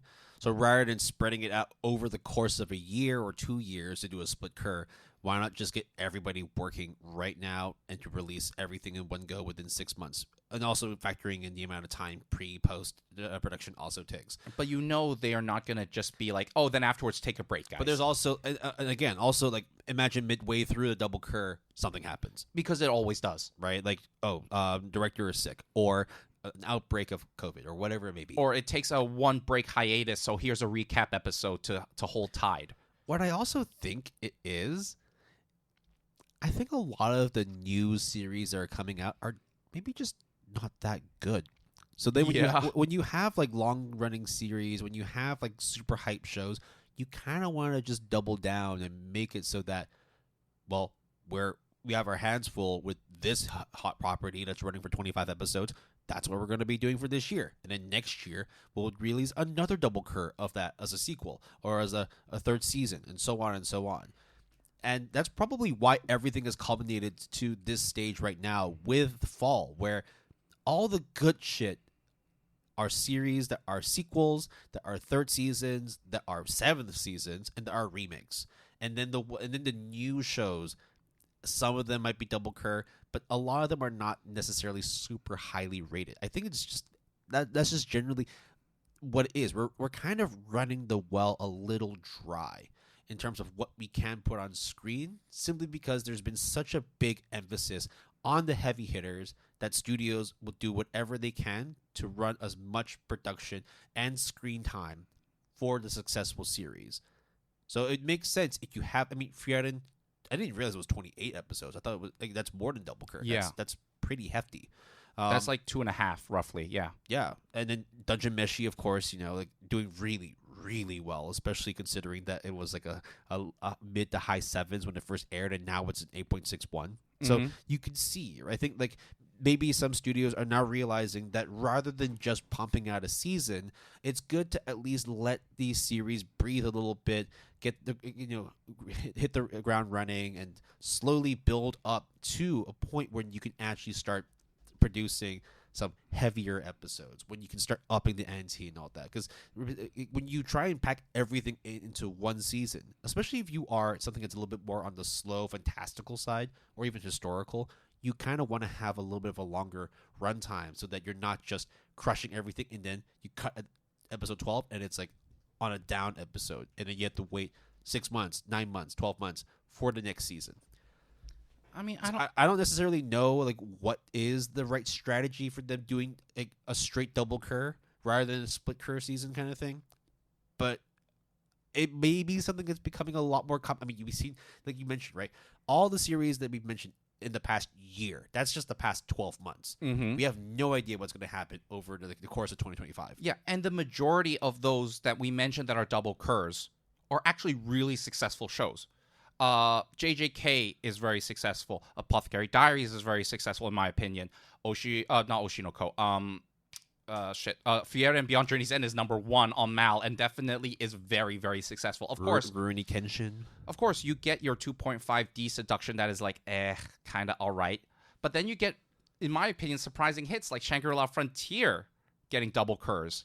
And this is getting double cur, you know? Amamagi-san getting a double cur. Yeah, and that one I would say is like, really? But okay, sure. What's funny as well is that Amamagi-san has a 0.03, which is like the exact same score as 2.5 seduction. Yeah. So I don't know if like, hey, the split cur thing was just a fad, and now it's back to the old school double cur shows for the shows that they're very confident about. Who knows? But that is like is this becoming a thing winner? It is to give to the sequels for 2024 and just the double curs in 2024. Sorry, sequels for fall 2024 and double curs for 2024. So it works in like a double-edged sword kind of thing, in that if you are doing double curs of hard hitters and you have a lot of fans who watch it, it's great for the fans, because that means that for a solid 6 months, plus or minus, a few weeks, depending on whether it's like 16 episodes or 28 episodes, you can just focus on watching that one thing, and that will carry you for the majority of the year. On the other hand, if you don't actually have that many people going down with this show and you have a double cur, bro, you just wasted like a massive time slot that could have gone to something else had you decided just to wrap it up after one season and give that time slot to another episode, to another series. But playing devil's advocate, if you were to ask me as like the producer or the commission committee, like, hey, the other people, like, hey, this is like not doing too good. Should we cut it off at the cur mark? And I might probably be like, nah, fuck that. I don't give a shit. We're doing our own thing. Double cur or nothing. Let's keep going. We paid for this already. Yeah. Like, we're not going to pull the plug. I mean, you could, but it's going to be a bad look, right? So I don't know if that's a good or bad thing. I just know it's a thing. I don't know if it will continue being a thing, but it is a thing. I mean, just right off the bat from fall, right? Blue Box, Orb on the Movements of the Earth, Shangri-La Frontier, Rurouni Kenshin. Like, those absolutely make sense as double curs. And then you get what Trillion Game, Tohai Mahjong, A Terrified Teacher at Ghoul School. I heard A Terrified Teacher at Ghoul School is a long-running manga series, but then it's like, okay, but why now? But okay, sure. Like, who am I to judge, right? So I honestly don't know. Maybe there is something that I'm unaware of because I haven't read all of this stuff or know as an industry insider. But from an outside perspective, it's perplexing. I think this the next award that I will give is what I call the New Frontier Award, which is given to commonplace things that we have known and loved but are now officially coming to an end. And I would like to give this to Shonen. My Hero, as of recording, My Hero Academia, the manga, is over. Done. As of recording, Oshi no Ko is a couple of chapters away from officially ending. For real. Call of the Night is officially ended. Although that is, I would say, less hype compared to the first two I just mentioned. When we go into what Will and I think is a very disastrous or potentially disastrous thing for Shonen Jump, all your shows have been adapted. Oh, sorry. All of your mangas that are probably deserve an adaptation is going to get adapted. As of recording, Sakamoto Days and Witch Watch have already gotten official adaptations. Sakamoto Days is coming out in the winter, and Witch Watch is coming out in the spring. What else is there for Shonen Jump to adapt? I don't think there's a lot. Then on top of all that, JJK is probably going to end soon, I think. I don't know for a fact. Oh, don't worry. You got Elusive Samurai carrying that flag, right? Yeah. I mean, as much as we like Elusive Samurai, it's kind of, it sucks. If that is your flag bearer, then like, fuck, and you I guys think are screwed. And it's been a while. I think it might end soon, too. And also the fact that we've been talking about this for so many episodes. I mean, we've been talking about like the Shonen Jump shit for at least 2 years. And guess what? Since then, My Hero Academia actually is over. Like I'm not even. This is the manga's done. The manga is done. Like no joke. Oshi no Ko, as of recording, is like a couple of chapters away. They announced like a week or two ago. They're 4 chapters away from the finale. So that's done too. And then Call of the Night, which is like 20 volumes, is done. There's a lot of series that are just ending right about now. and then some like One Piece that is going to end soon. What is Weekly Shonen Jump and other magazines going to do? And also, of course, yes, you did have the revitalization of Bleach 1000 Year Blood War, but the manga ended a long time ago, and you are now finishing up this arc of the Bleach series. So maybe there's a part 4. I don't know. I mean, even then, though, there's going to be no new quote-unquote Bleach stuff. So it's finite. That's done. And guess what, Will? I mean, you told me and the listeners, they're so desperate, at least in my opinion, they're kind of desperate that they have to revive Naruto. Oh, I mean, 20th anniversary, yeah, right? Says the same industry that says, hey, it is the 10th anniversary of Tokyo Ghoul, guys. Get ready for a bunch of nothing. It's on YouTube now. It is, I mean, great. That is good news, honestly. But I was not expecting that to be the only news. Everyone's running out of ideas, bro. Ranma half is coming back. Okay, it's a good adaptation. Dragon Ball's coming back. Dragon Ball's coming back. It looked pretty good from the snippet the episode that I saw. Yurei Asura is coming back. Great.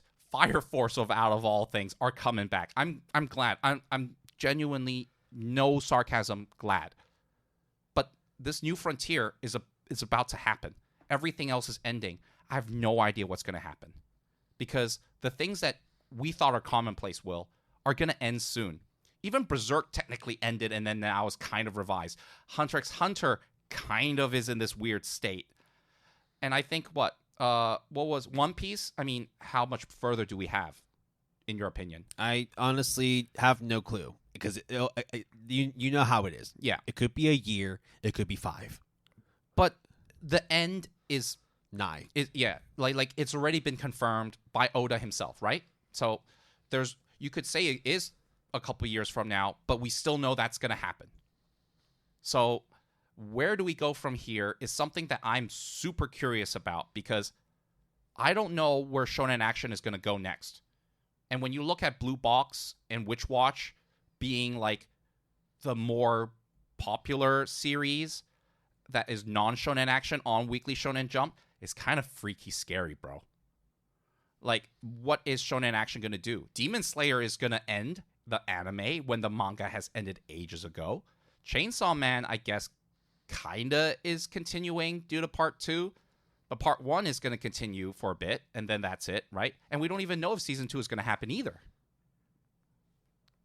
When you put it that way, it makes it sound like the anime industry, at least from the Shonen Jump aspect, is very grim. But we've also been talking about this for a long time, and it doesn't seem like they're making the necessary moves to prolong their foothold in the anime game. I mean, what is that, like, Mission Family thing that has the double Yosakura. Yeah, and then what is it, like, Orient, I think, randomly, and then Bisco, Sabukui Bisco is coming Season back. 2, yep. Like, I'm not throwing shade at that, but that is not the same as JJK. It's not the same as AOT that obviously has ended.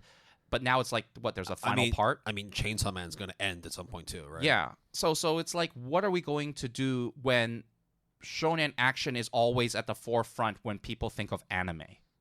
Do you think that we've just run the well dry? That really there is almost no innovation, and therefore now, or it could just be the changing of taste as well. Yes, I honestly think it's the latter and not the former. Although there is not a lot of Shonen Action left that I think has been in the pipeline for a year or two, because it does take that level of time in order for it to kind of turn into. I mean, what was it? Hell's Paradise. That's ended already. Demon Slayer. That's ended already. Yeah. But their anime is not ended, though. So it's like, yeah. So what are you going to do? I don't know. You're going to milk it for all it is. You're going to have more movies from One Piece. You're going to have more movies from Demon Slayer. You're going to have, I mean, we have a Chainsaw Man movie coming up. So, like, what else are they going to do other than to just do the tried and true and tested and just make more of the same shit? And yes, the light novels are running drier and drier and drier. Yep. And I'm not saying that there's still there are no bad or good light novel series left to adapt. There clearly are some isekai series that are left to adapt that are still really good. I mean, this ties into your previous award about how we're seeing a lot more series getting double curve right off the bat, right? Yeah. I think we're actually getting to the point where it's not quite a crisis moment, but it should be a wake-up call to not only the anime studios but also the publishers in that like y'all need more material and not just more of the same stuff. Y'all need to actually reinvent the wheel again. I mean, one of the GOAT anime/manga, One Piece, is literally getting a remake by Wit Studio. Am I excited? I actually am, legitimately. I think it's great.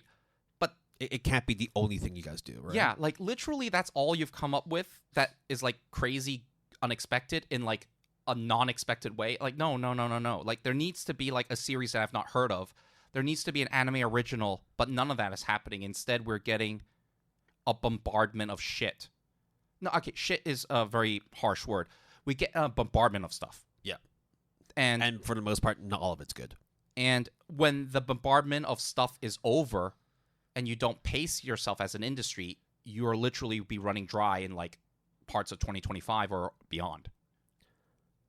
So that's how I feel about my New Frontier Award. It's so bleak, but I also...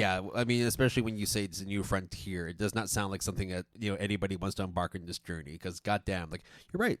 Once you're done with all the isekais, once you're done with all the shonen actions, what do you really have left? Are we going to start pushing for more shoujo? Because there were a lot more shoujo series for sure. Yeah. But then like that also represents a much smaller demographic than the typical shonen action fan. Or maybe Will, it's not.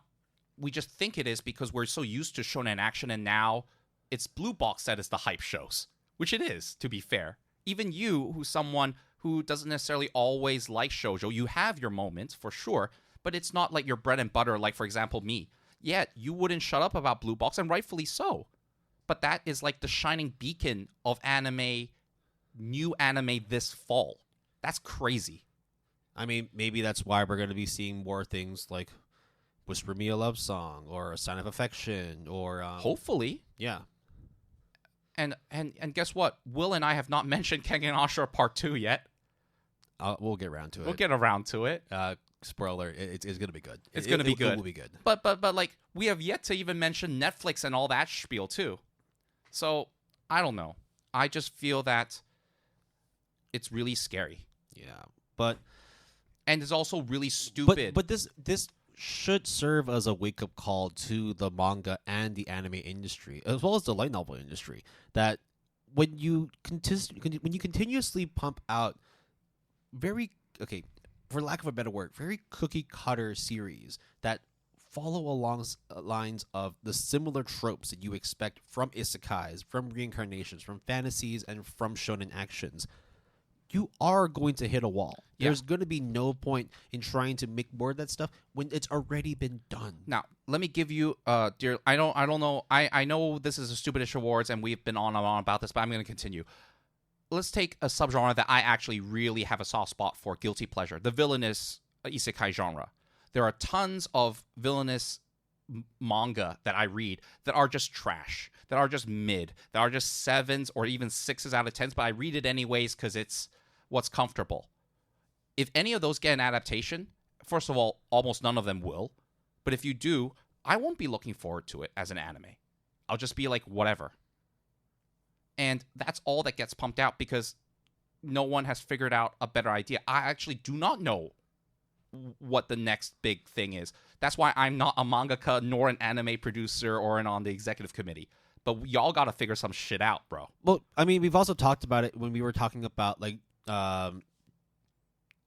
genre-defining decades. Yeah. When you had the experimental stuff of the 90s, when you had the big threes of the 2000s, when you had the shonen actions and the isekais of the 2010s, we're now embarking, like you said, on a new frontier where, these tropes and trends are going to end. But we also have no way of predicting what's going to come next. Like sports, no, sports is nowhere near. I mean, Blue Lock had its time, but then clearly now everyone is a bit iffy on it now. Yeah, right. Long gone are the days of your Captain Tsubasas and your Slam Dunks and your Ace of Diamonds, Prince of Tennis. I mean, Slam Dunk even came back. Yeah, and everyone was like, "Cool," and then the moment passed. I'm not throwing shade at Slam Dunk. I'm just saying, right? And like year on year out, right? Like you got your Demon Slayers, Chainsaw Mans, Hell's Paradise, Dan, but like, what comes after? I mean, even Webtoons and Crunchyroll are like, guys, Tower of God is coming back, guys, and look at the reception. To my knowledge, based on Mal, it doesn't look great. The summer 2024 was really mid, and then the fall Mal stats looks a lot more positive, which is good. But I'll be honest, I don't know anybody that I know who have watched season 1 of Tower of God that is super hyped about season 2. My sister watched it because she was like, oh yeah, we should watch it. And then that was it. Yeah. And really, like, if we are just to put the microscope on shonen action itself, right? Like, the lack of innovation is very troubling. Despite the fact that the shows that have come out from the shonen action genre have been great. I mean, but like, okay, Demon Slayer, you're killing demons. Great. Chainsaw Man, you are now killing demons, but you also have chainsaw for hands and heads. Okay, cool. Hell's Paradise, you are the demon, but you're also killing other demons. Jujutsu Kaisen, the demons are curses now, and you're also cursed. You're a sorcerer as well. Congratulations. Right? Okay, fine. Dan. Okay, well, now you're not cursed, but you're fighting aliens and... No, half of the characters are cursed. Yeah, and you also are, like, you're dealing with aliens and you're dealing with demons.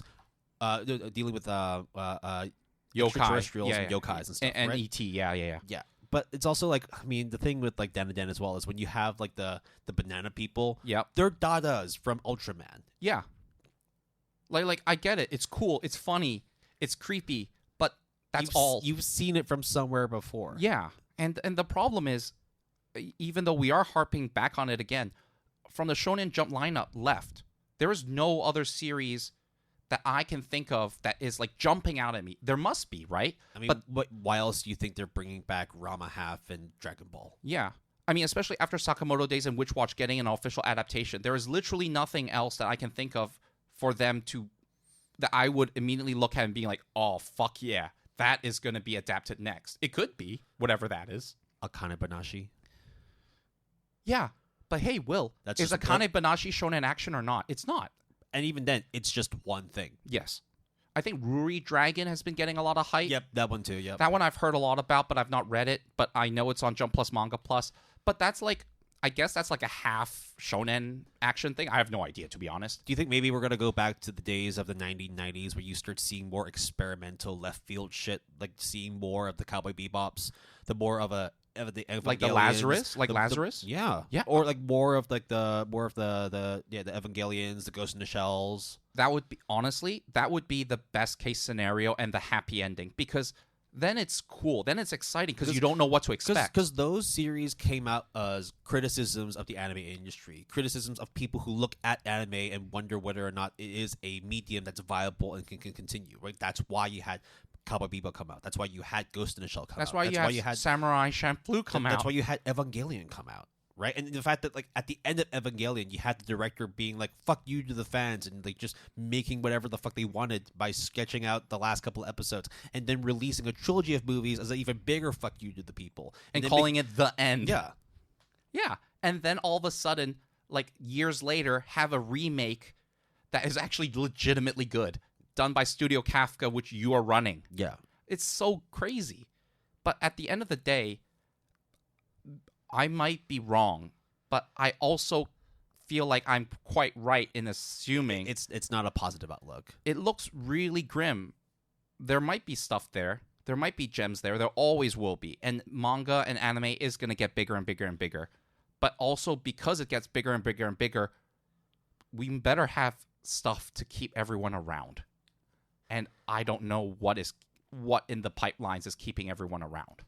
Well, let's move on from our anime midlife crisis and talk about some more rosy shit. Because damn, wait, do you have any other stupidish awards? I do actually have one more. All right, let's hear it.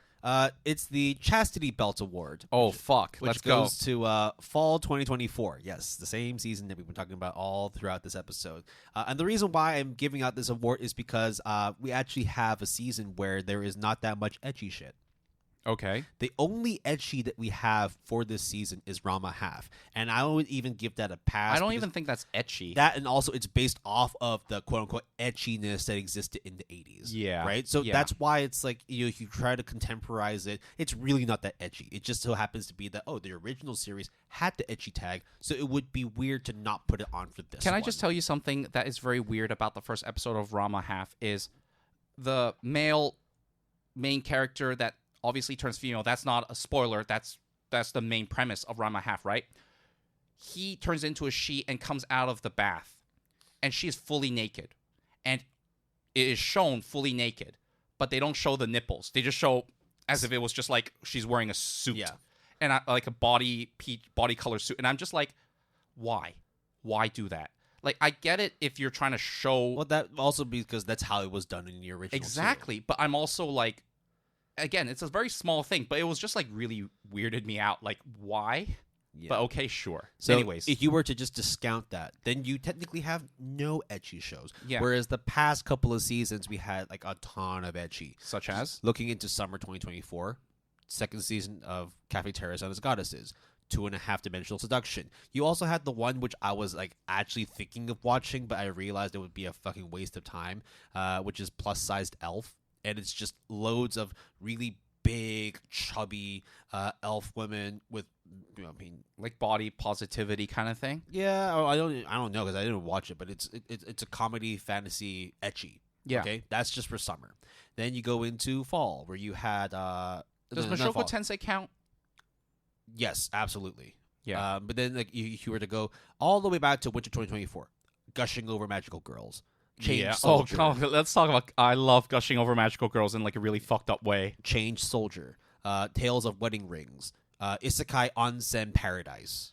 Yeah, about that. Yeah. Then you go into spring, where you had Mushoku Tensei Jobless Reincarnation Season 2 Part 2. You had Mysterious Disappearances. You had God's Game We Wait, Play. is Mysterious Disappearances ecchi? It is tagged as an ecchi. Well, okay. I don't know if it's... Maybe in the same way that, Rama Half is tagged as an ecchi. Yeah, I have no idea. Right? So it was just funny because I was just looking at it. It's like, wow, there's a lot of real ecchi shit. But it was also probably because of the fact that you had the gushing magical girls. You had the elf, plus size elf. You had the 2.5 dimensional seduction. And this is not me even, like, shitting on ecchis. I like a good amount of ecchis. My favorites of yesteryears are ecchis. But here's the thing, Will. Gone are the Miru tights. Gone are like, what was that dog that got reincarnated? Inukai. Like, those were literal degenerate cultured content. But then you also had things like World's End Harem. Which I would consider... Or Harem Labyrinth. I think those are good culture content, but is really trashy. There's also Interspecies Reviewer. Yeah, but that one's like... But ecchi nonetheless, right? Yeah, ecchi nonetheless. Right? Ecchi nonetheless. But then those were like, you could see what they were doing. Yeah. Right? In the sense that they're either pushing the edgy as like the comedic angle like Interspecies Reviewer, or they just wanted to give out some real horn dog anime. Or like World's End Harem. Or they're saying, hey, do you want the uncensored version? Just wait when the uncensored version comes out. But here's a little taste with the censored version. Yeah, no, I get you. And then like even with like Mushoku Tensei, I'd say that is like an edge case because yes, there are some like real sexual moments, but it's kind of interdispersed throughout the whole hardcore shonen action magical fantasy shit. And good content. Yeah. Like legit good content. Yeah. Yeah. I mean, like Jobless Reincarnation, as troubling as it is, it's not nearly as troubling as like Redo of a Healer. You're right. And it still have like good hype moments, I think. Yeah. Even though I haven't finished it all yet, which obviously I should get to. So it was good to see that we have a bit of a reprieve from the ecchi because I think like sometimes the ecchi, if it's done really well, it serves its purpose. Like I would have no problem watching it or reviewing it. And then actually going forward, if you look into winter 2025, there's also only one series right now that is tagged as an ecchi, and it's Überblatt. Oh, I know, the elf girl. I suppose It was supposed to be one of our ASAP contenders. Right. Okay. And then if you look into spring 2025, I don't think there's a whole lot. Yeah. But it could also just be there isn't a lot announced yet far ahead. Not confirmed for that season. Yeah. So, yeah. It is nice to see that people aren't just, putting out ecchi for the sake of getting people to watch your shit.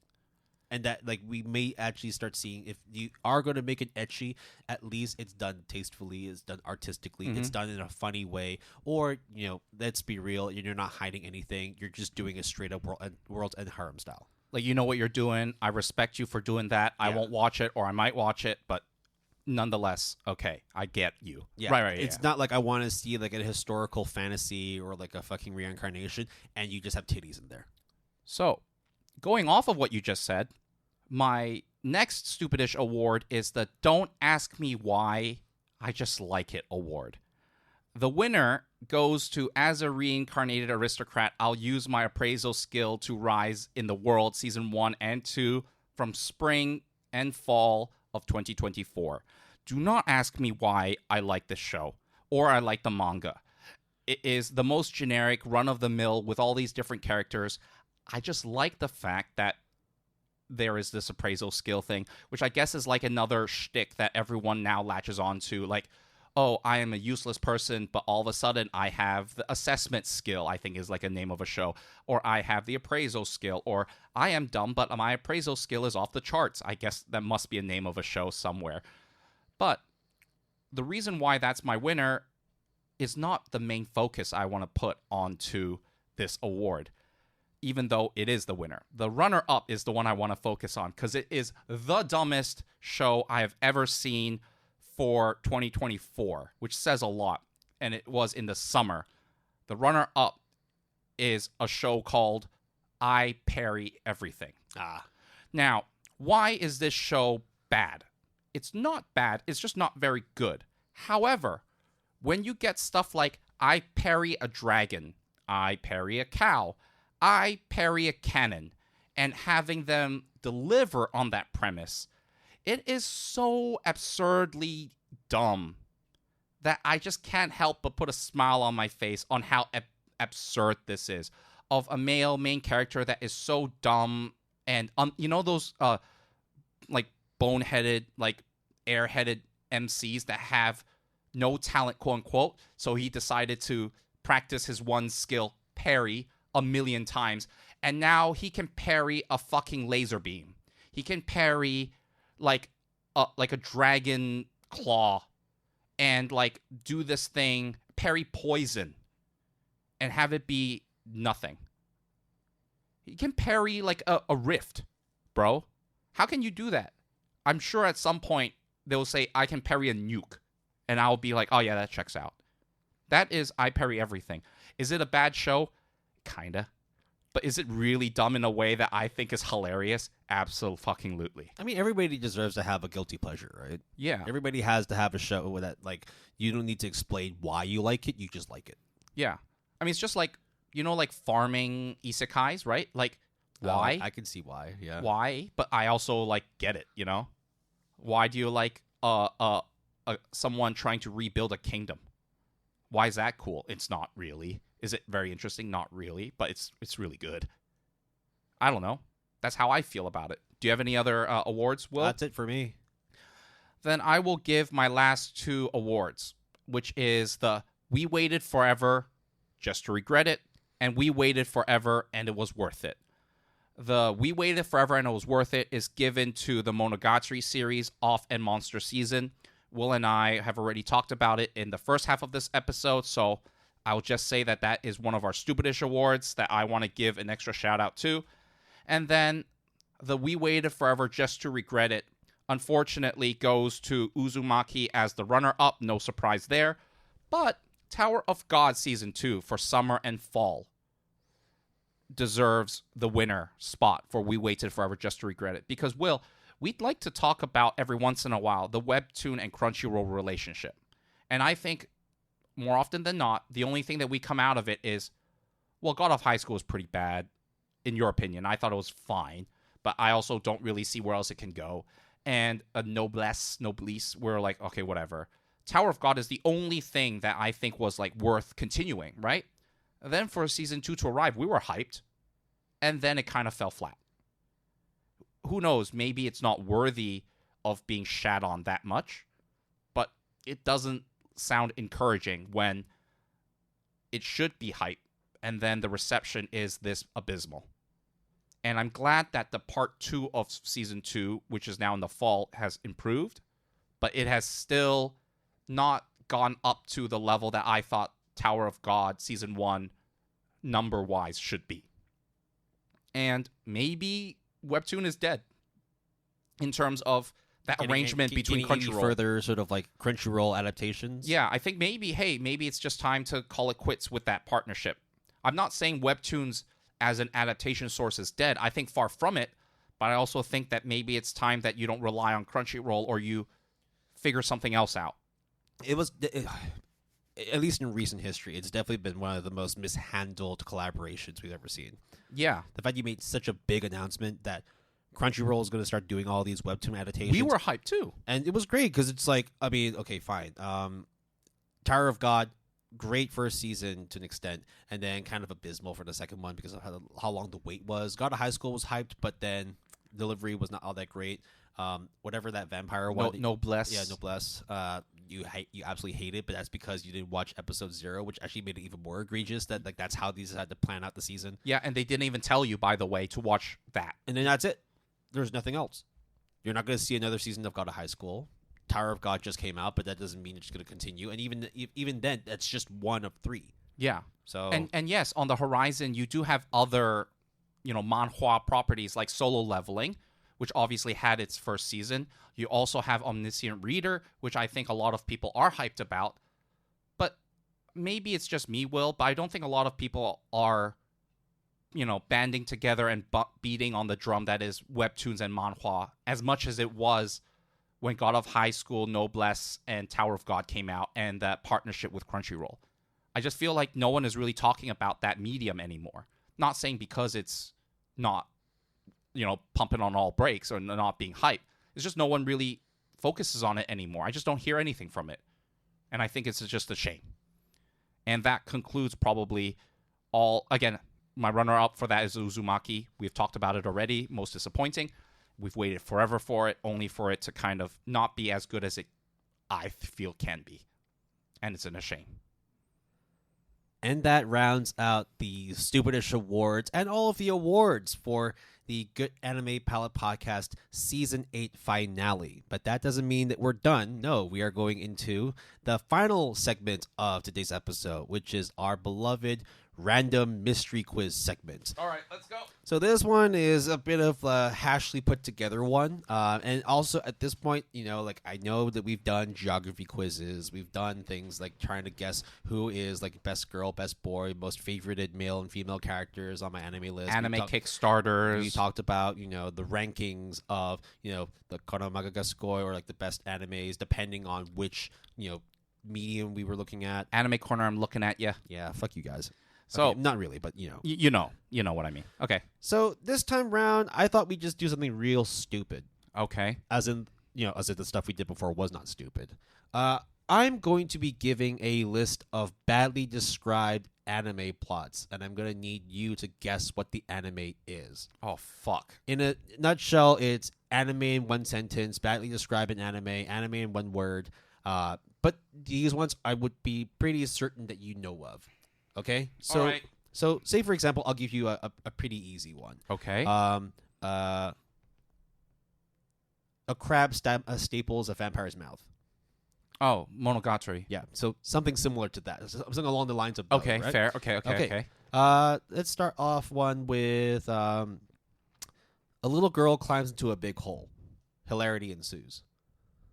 And it's a very deep hole. Made in Abyss. There you go. It's not hilarity ensues, bro.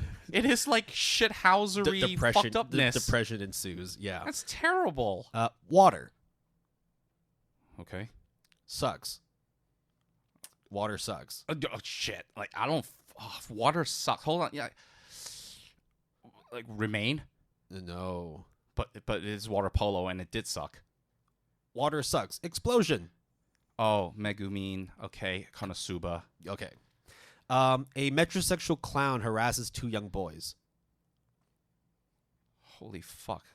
Why does that sound like something I should know? A metrosexual clown harassed 2 young boys. It's not Hunter x Hunter. It's Hunter x Hunter. Oh, it is Hunter x Hunter. Okay. Yeah. All right. I was like, I'm not sure. Okay. But hey, okay.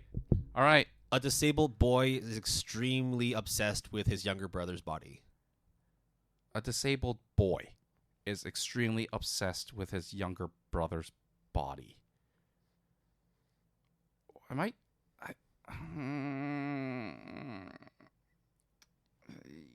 Is there a hint?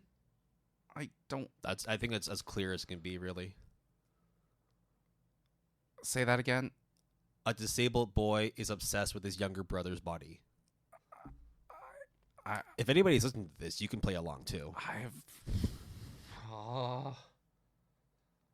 I don't know, man. Full Metal Alchemist. Oh, no. Oh, I get it now, but okay. It's okay. A disabled boy. Okay, I guess that that technically fits. That checks out. Okay. Yeah. A man is really good at what he does, but he gets bored. So he finds a new hobby, and then he gets really bored. Dude, that's like a lot of isekais though. One Punch Man. Okay. That's not what I thought it would be. Here's an easy one for you. People die when they are killed. Okay, that's Fate Stay Night, but that's okay. All right. A teenage boy really wants to get another person's name. Death Note? Wow, yes, that's it. A lot of people guess your name. Death Note. Death Note's a really good. Okay, there you go. You got that one.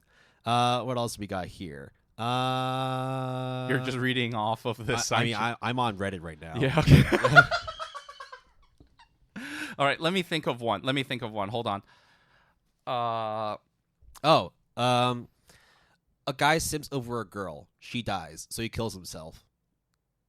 Oh shit. That zombie. Nope, not that one. No. Not us. Really? Not the one where like my zombie. It's ReZero. Oh, that's fucked up, bro. That's really fucked up, man. That's so fucked up. I don't know, man. Like, what else can I think of that? It's like A British aristocrat fights Aztec vampire gods using Tibetan breathing techniques. okay, that's JoJo. Okay, Yeah, that's dude. easy to move on. That's so easy, bro. That's so fucking easy, man. Like, there needs to be. Yeah. Microwaving bananas in the name of science. Okay, that's Steins Gate. You don't even have to. You just say microwave bananas. It's like already an instant given, bro. A teenage boy bangs half of his school and then goes on a boat ride. It goes on a boat ride. It's a meme. The boat ride's the meme. Is it like one of those forbidden animes? We talked about it in one of our icebergs. Yeah. Then it's the one where when they get. I know which one you're talking about. It's School Days. I know. Yeah. I know. I'm not saying it. I know. I'm not saying it. Yeah. A nerd goes on a date and then decides to work at a coffee shop, but becomes emotionally unstable. Tokyo Ghoul. Yeah. It's easy. I mean, like, all of these are, like, kind of funny, but it's very, like, hit or miss, isn't it? Because it's like, how would you know that the other person, like, remembers it all? I mean, these are all. I mean, a lot of them are also like pretty common. Yeah. And it's also like, yeah, it is pretty straightforward that you just use that one sentence. Chances are you pretty much know what it is.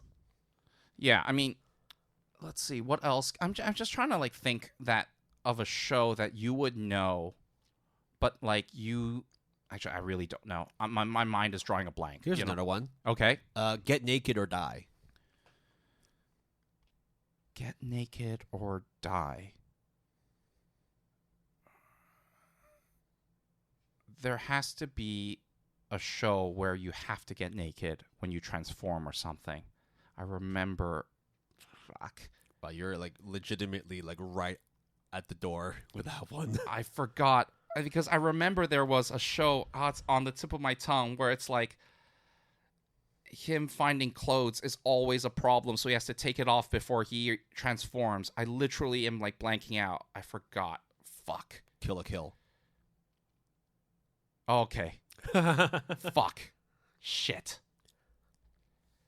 Damn it. I mean, oh, god damn it. Like, I should have gotten that one.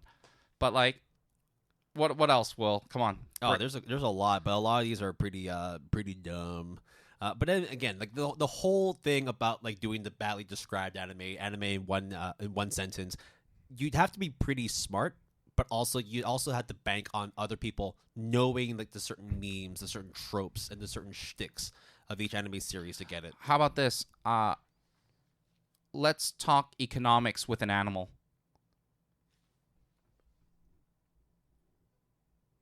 When you said economics, I thought for a minute it was how realists rebuilt the kingdom, but that's not it. Which one is this one? Spice and Wolf. That one was. I made that up on the spot. How about my family relative is in Lord of the Rings? Sorry, my family relative was really cool in Lord of the Rings. don't know this one. Uncle Isekai. Oh, okay, that was okay. Right.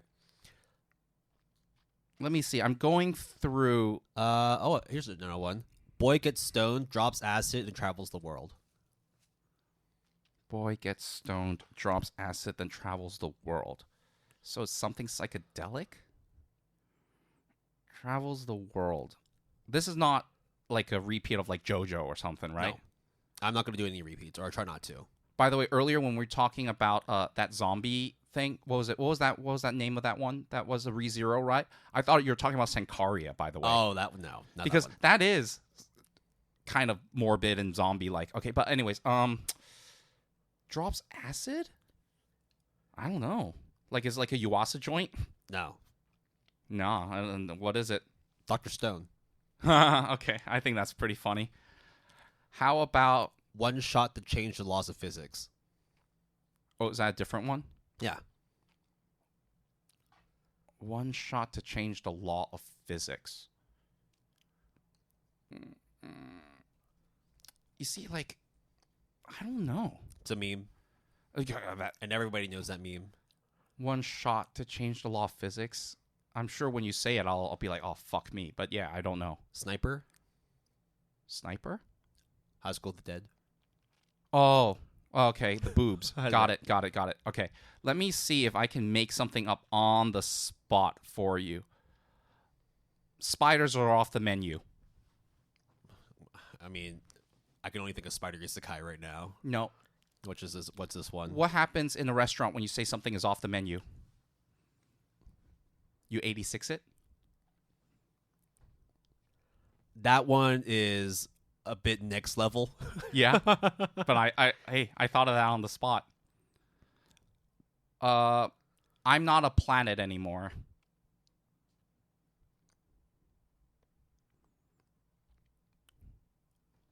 You're going real like 420 like wrinkly brain right now. What's this one? Pluto.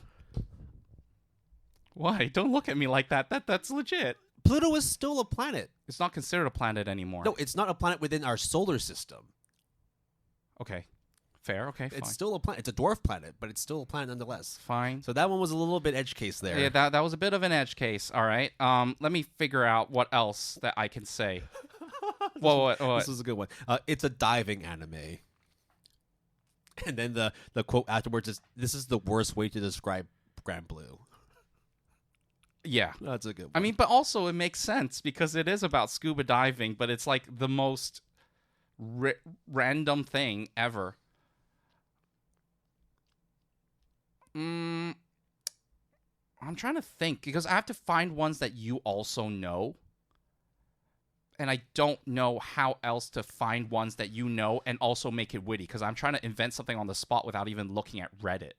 Is there anything that you think that... shit. At this point, we're just going to, like, waffle for time while we try to, like, stump each other. No, I mean, like, we're not really stumping. It's just literally, like, it's just a random quiz segment. Like, it's also non-consequential either. How about this? Like, I'm not even keeping track of what you got correct or wrong. I am a samurai that lives in an apartment complex. For a minute, I thought it was Gintama. No. But he doesn't live. He lives in a shop right above. Yeah, he lives in an apartment right above a shop. How about this? I will give you an extra. I'm a child samurai that lives in an apartment complex. No, don't know this one. Kotaro lives alone. That is... Oh, my God. He's not a samurai. He's an actor. Umu. Yeah. Okay. I mean, that is like a samurai swordsman way of speaking, isn't it? No, you're... I mean, okay, you definitely, like, did not bend the rules there. Let's see, what else? What else would be a show that you would know that you can probably guess? At this point, like, Will and I are just, like, looking through Reddit or my anime. I'm looking through my anime list right now and trying to find shit that, like, I can stump Will. But there's not a lot of shows that I think he will know for sure. Man smokes herbs and wanders the earth. He sees things people don't, and he studies them. Say that again. Man smokes herbs and wanders the earth. He sees things people don't. And Oh, he studies mushishi. them. Yeah. Okay, that's easy. Because herbs, I knew immediately is not ganja. It would be cigarettes. So then I would wander. Well, I didn't want to just straight up say weed because he's not smoking weed. No, he's not smoking weed. Let me see. Oh, God. This would be a horrendous thing to say. I'll say one. Sure. Father vaccinates his son. It goes completely wrong and the city's destroyed. What, World's End Harem? No. Attack on Titan. Ooh. That is accurate. That is fucking accurate. Okay. A vending machine of high school girls' traumas. Dude, that's so many fucking, like, magical girl shits, though. Maybe, but it's a vending machine of high school girls' Of which trauma. it's not vending machine isekai. No, it's not. What is this one? Wonder Egg Priority. That, Because every time the vending machine, a new egg comes out. Yes. Yes. Okay. It's that's why it's hard, because like I'm trying to think of like interesting ways. Okay, this one might be easy for you. I am a castle on rails. Cabaneri and the Iron Fortress. Yes, correct. There you go. Oh, I finally got one. Nice. I don't know if like any listeners are still listening at this point when we're just trying to. A virgin chooses necrophilia over incest. That's fucked up. That sentence is fucked up, bro. That's also Sankaria. That's South Korea. That is also so fucked up when you think about it, bro. That is so not good, bro. All our hearts are one. While aliens mess with us. Oh, shit! It's the one where the voice actor got fucking pranked. Yes, that is. I mean, I forgot the name, but Kokoro Connect. Yes, which is Hearts Connect. Yeah. Let me see. I think we can do a few more, and then we can. And then we round it just off. call it a day, right? Oh God. My stomach dropped when I figured out the original ending of this anime. Okay, let me rephrase. I mean, that sounds like a lot of those like seventh time. It was villainous ones. My stomach dropped when I heard the dark ending of this fluffy anime.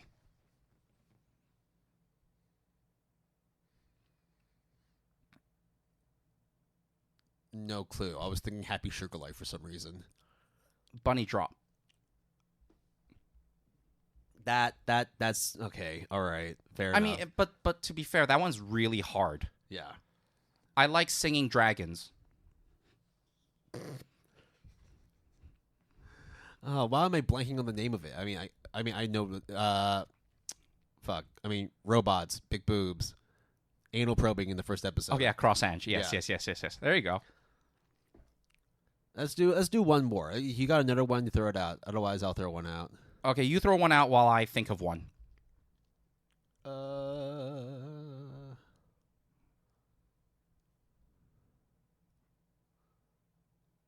Yeah?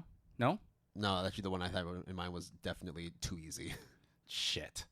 We gotta think of one quick. I'm tapped out. I mean, I could keep going, but like I think if we keep like going on forever and ever, we're tapped out. Besides, we actually have something we actually have to say after all this, anyways. Yep. So that rounds out the really dumb mystery segment because we both pulled out of our asses. Well, honestly, a lot of them were also just like, I mean, I've definitely gone to Reddit. I've gone to my anime list. I've gone to the corners of the earth for any anime forum for previous sections, except the one where like I did the geography quiz. That one I actually properly sat down and wrote out because I didn't intentionally do it to punish you, but I didn't realize how bad your geography was. I told you. I've told you like from eons ago that geography and history are my worst two subjects, despite my knowledge in other areas. Yeah, so like it's no surprise. And I don't like traveling, Will, so of course I don't know everything that you do. You say that, but you've been traveling a lot for your work recently, so maybe things have changed. Maybe things have changed, but I don't think so. Yeah. That being said, that wraps up the end of our dumb segment of the quiz. Stay tuned for next anime seasonal finale for the GAP where I quiz Will on something that we scrounged from Reddit or the internet. But We are going to round this off with a bit of an announcement. It is actually a pretty major one, but one that we felt was necessary to let the listeners, in on. So, props to you if 2.5 hours in, you're still here listening to two old men rambling about badly described anime. So, as many of you know, especially the ones that have been with us from day one, we started and ran the Good Anime Palette podcast since the beginning of 2021. So we've had a very long 3.5-year run. Just in case, due to this preamble, this is not necessarily crazy bad news. No. GAP is not over. No. We just want to reemphasize that, but please, Will, go on. Yeah. So we've been running this podcast for 3.5 years, and we've rarely, I don't think we even have ever dropped the ball in terms of like not having an episode out. We've always managed to run things, if not weekly, then bi-weekly. And we've been doing it very consistently for the past 8 seasons. Yep. But, with time and also the fact that, a lot of things have changed. Both Jason and I have either graduated from our respective master's programs. We've changed jobs. We've gotten married. I got married. Yeah. Right? I've moved. And so there's a lot of things. COVID. Yeah. And now with COVID also completely like just not being an issue anymore, it does mean that a lot of life events have now come to the forefront.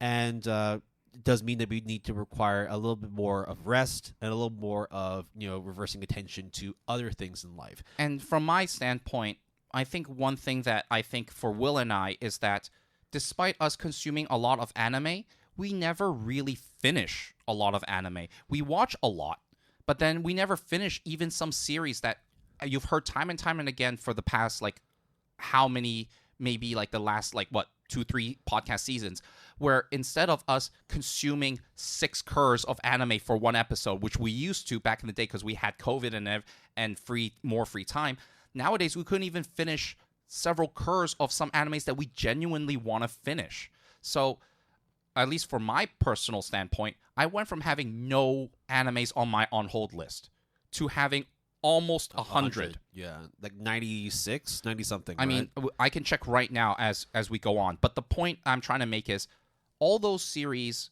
are shows that I personally want to finish, and I think finishing it is also important to give you guys the latest and greatest in terms of our opinion. It's at 104, Will. Okay. 104 shows. So officially triple digits. And then also, of course, running off what Jason was saying, that, we went from being able to crush like hundreds of episodes for like one specific thematic episode, or whether we're actually doing like a studio analysis, a genre analysis. Those days are definitely not with us anymore, simply because the world has opened up. We have new sort of like life goals. We have new responsibilities to take on as well. And not to mention, we have been running this for 8 consecutive seasons. 3.5 years for anything to be done. I think we're very proud of what we've done. But it also does mean that we do need to go back to the drawing board and really figure out what we want to do for the upcoming seasons. We want to make sure that whilst we have our tried and true in terms of the gotta watch them all, the ASAPs, the seasonal reviews, right? Those have always been things that we know we can work and we can do really, really well because we've been doing it for over 3 years. But when it comes to trying to do more thematic analysis, studio breakdowns, or even just looking into trends and future predictions of what the anime world looks like down the road, it does require us to go back to the drawing board and figure out what would be the best way to present those things to you. We want to maintain the level of quality that we've actually had throughout all of our episodes, but make sure that when we go into those recordings that we are fully prepared and we have fresh ideas, we have new perspectives, we have ways that we're able to tackle maybe hard topics. Like, for example, at the time, things were super fresh. Who would have thought that anybody would be talking about fashion and anime as an episodic theme? But we managed to do it, and it still remains one of our most popular episodes. Yeah, absolutely. And also, don't forget, in the earlier days of the GAP, if you listen to our earlier episodes, we have what we've been watching segment and a news segment. And now we have kind of forfeited those in replacement of a more shorter, compact, maybe just on the main discussion topic. More focused, yeah. Yeah, and that's not to say that we are abandoning talking about news or quote unquote what we've been watching, but we are trying to figure it out as we go. Furthermore, we have a lot of things have piled up such that we've gotten to the point where I think that Will and I, rather than having things feel organic and feel like, oh, okay, let's get into it. Let's stack this on this. Let's have this idea. I feel like at least for me, some of times when we record, I feel like we're just forcing it out. We're going through the motions rather than us trying to really put our thoughts and our research and our opinions and our love for anime and manga onto the the radio waves that you are listening, sound waves into your ears. I mean, the things that we've done in the past, right? Like the IP handovers, the sub versus dub, and woes of localization, the icebergs, looking into manga platform analyses and streaming platform performances. Those took a lot of time to research and to put together a succinct script so that we can actually deliver a high quality product, at least in accordance to how we feel about how we've been recording things. Some people might feel differently, but I think that we put a lot of love and care into those episodes. So we're not just saying things on the top of our heads. We actually make sure that what we say is relatively credible and well researched. And we also do say stuff on top of our heads. I mean, we're human, right? Yeah. But probably you're hearing us ramble a bit. So what is the situation now? So right now, when you're listening to this, it is very likely going to be around the end of October. So Halloween period. Yep. Right. Now, that being said, when will the next season, I want to reiterate that this is not the end of the GAP. There will be a season 9 and beyond. Yes. It's not like Will and I are then now abandoning the project, or this is like a long hiatus, because we are taking a hiatus. Instead, what we're going to do is essentially from now until early January, which is 2025, we are going to not release what we call our official episodes. So as you would know, whenever we release a numbered episode called EPs or episodes, we do it every 2 weeks. And every month we release a bonus or an After Dark, usually a bits and pieces, or an After Dark episode. So there are 3 episodes per week, with 1 week of the 4 weeks being an off week. However, what we're going to do now is basically take a short break from now until early January, when we will be fully ready to go for 2025. It is a way for us to be able to address other immediate sort of responsibilities and commitments. It's allowing for us to, officially take a nice break. We have been doing this nonstop for the past 3.5 years. And I think we deserve to have a bit of a breather. But it also does mean that, using this time, we can recharge our energy, get a little more sort of creativity into how we want to navigate season 9 and beyond. And also maybe even use more time to sort of, coordinate other kinds of episodic formats. Like, this past season, we managed to actually have a guest episode, right? For the longest time, we were talking about, what if we had like a third co-host or just somebody, like an outside voice on the podcast?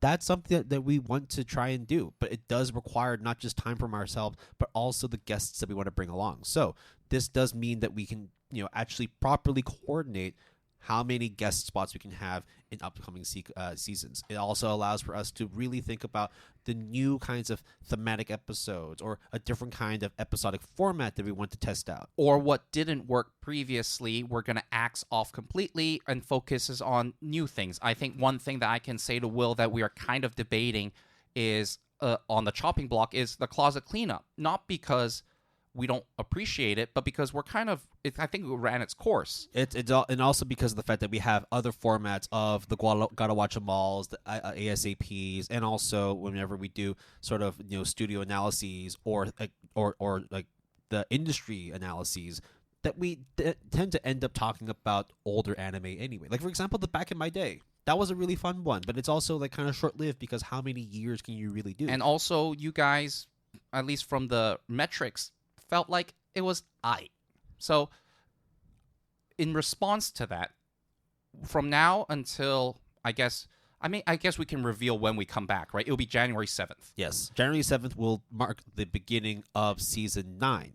But before that happens, whilst we're on our break, the Good Anime Palette podcast will officially be embarking on its first and hopefully only filler arc. Yeah. So, unsurprisingly, just because we have this hiatus from now until January does not mean that there will be no content. We will probably be pretty sparse from here and there, but what Will and I are going to do is probably the following. Either we have short bursts like 20-minute chunks, 30-minute chunks, maybe less than an hour even. There might be like a random anime review that we wanted to talk about. There might be some news. We haven't done that in a while, so maybe we want to start doing a bit of like a rundown of the latest events within the anime industry, or any upcoming manga that we might want to cover as like a sort of like prequel to our ASAPs. It could just be like a soapbox kind of rant that we really wanted to vent and get off our chest. Whatever it is, we want to make sure that you guys still stay connected.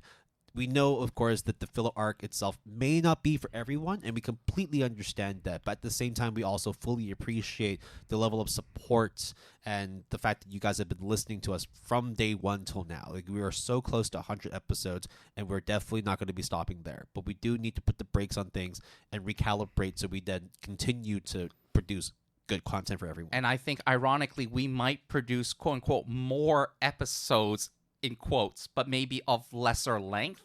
Or maybe instead of releasing it on every Hong Kong Tuesday, so every America's Monday night, we release it randomly from now until from now until January 7th. So, again, Will, I was thinking maybe I will have some random news segments, or maybe instead like a checkup on like, hey, Will and I have been watching stuff, and then we thought we want to talk about it. Or sometimes Will would be too busy, or I would be too busy, and Will would do his own thing, or I will do my own thing. It doesn't necessarily always have to be both of us present. Of course, we will try our best to, but also we'll see how it goes, right? The point that we're trying to make is this is definitely not the end of the GAP. But I think we need to recalibrate after doing things for so long, because we would much rather take a break instead of having to hash things out on the spot, on the fly, and having episodes that are mediocre, that we just need to put out just to satiate this recording schedule, rather than actually pulling the brakes and being like, hey, is this really worth the output? And who knows, maybe when we come back from our hiatus, which we're definitely coming back then, maybe we will still produce some stuff that are just all right. But I think we need to, like, Will and I need to look back and figure out sort of how to make things as workable for everyone going forward, because we really do not want to give up on this project, but we also have to freely admit the amount of time it takes for this project to be as good as it can be, because Will and I don't want to push out something that is just for the sake of it. And you also have to know, this is literally a two-man project. It's just Jason. It's just me. We have no editors. We have no writers. We are the editors. We are the writers. We record everything ourselves. We edit everything ourselves. We do all the timestamps, and we also manage all the socials and all the different platforms that we have, this podcast go on. Yeah. So it can be tiring. And so I hope that you understand that, whilst we do not want to, put an end to JP overall, we do need a bit of a break. Yeah, and it's not that we don't want to make this a career potentially, but it is also not a given. We understand that. Everyone's participation and everyone's feedback and everyone listening in, we greatly appreciate every single one of you. And if it wasn't for you guys, there'll be no GAP, period. And I know you hear that from all creators of all sorts, from the hypest people nowadays to the random 122 listener podcast. However, we feel like what we need to do right now is to recalibrate and take some time off. And if this to you means that, hey, it was fun while it lasted, but I'm not going to listen in on January because you are taking like a 2-month break or a month and a half break with some random filler episodes in between, thank you for listening. It was been an awesome ride. Thank you for being there. However, if you are willing, and I hope all of you are, we will continue this crazy journey in full during 2025 with our first episode of our ASAP 8 for the start of season 9 of the GAP. Anything else, Will, that you kind of want to add? We just want to make sure that during this break, we fully strategize on what we want to deliver, what we want to record, and how we're going to shape upcoming seasons so that we can continue to deliver what we feel is high quality content. We don't want to just basically record for the sake of recording. Yeah, and I think that is one of the reasons why we wanted to take a break. Not necessarily because we have to, but because we felt like if we just keep doing it and not clock out and reassess, we're never going to be able to afford ourselves time to actually properly watch anime, which is like the core foundation of why we wanted to do this podcast in the first place. So that being said, though, if you ever want to reach out to us, you can easily do so. We will. It's not like we're wiping ourselves off the face of the earth until early January, and it's not to say that we won't release any random dumb stuff along the way. It's just, officially speaking, we will wait until January before we resume the train that is the Good Anime Palette. And that pretty much covers most of it. Again, if you don't listen to this far and you're unaware of those changes, I will probably put it on the socials or somewhere in the first. In the filler arc, I will put. We'll definitely put at least 1 or 2 episodes, I think, guaranteed, of the filler arc, and mention everything that we just said here. So if you missed it, you will hear it again. So, once again, thank you all for listening to this. It's been super fun the past 8 seasons, and we're not stopping. We're just taking a small break. I like how we have to keep saying guys, we are not leaving the premises. We are just chilling for the time being, guys. Yes. Trust me. We're just going on holiday for a little bit. Yeah, that's essentially it. And we'll be back fresh and new for season 9 from January onwards, 2025. Do not worry, the JAP will be back. So that being said, thank you for listening to all of this finale of the Good Anime Palette podcast. If you want to, you can leave a ratings or review on your podcast platform of choice.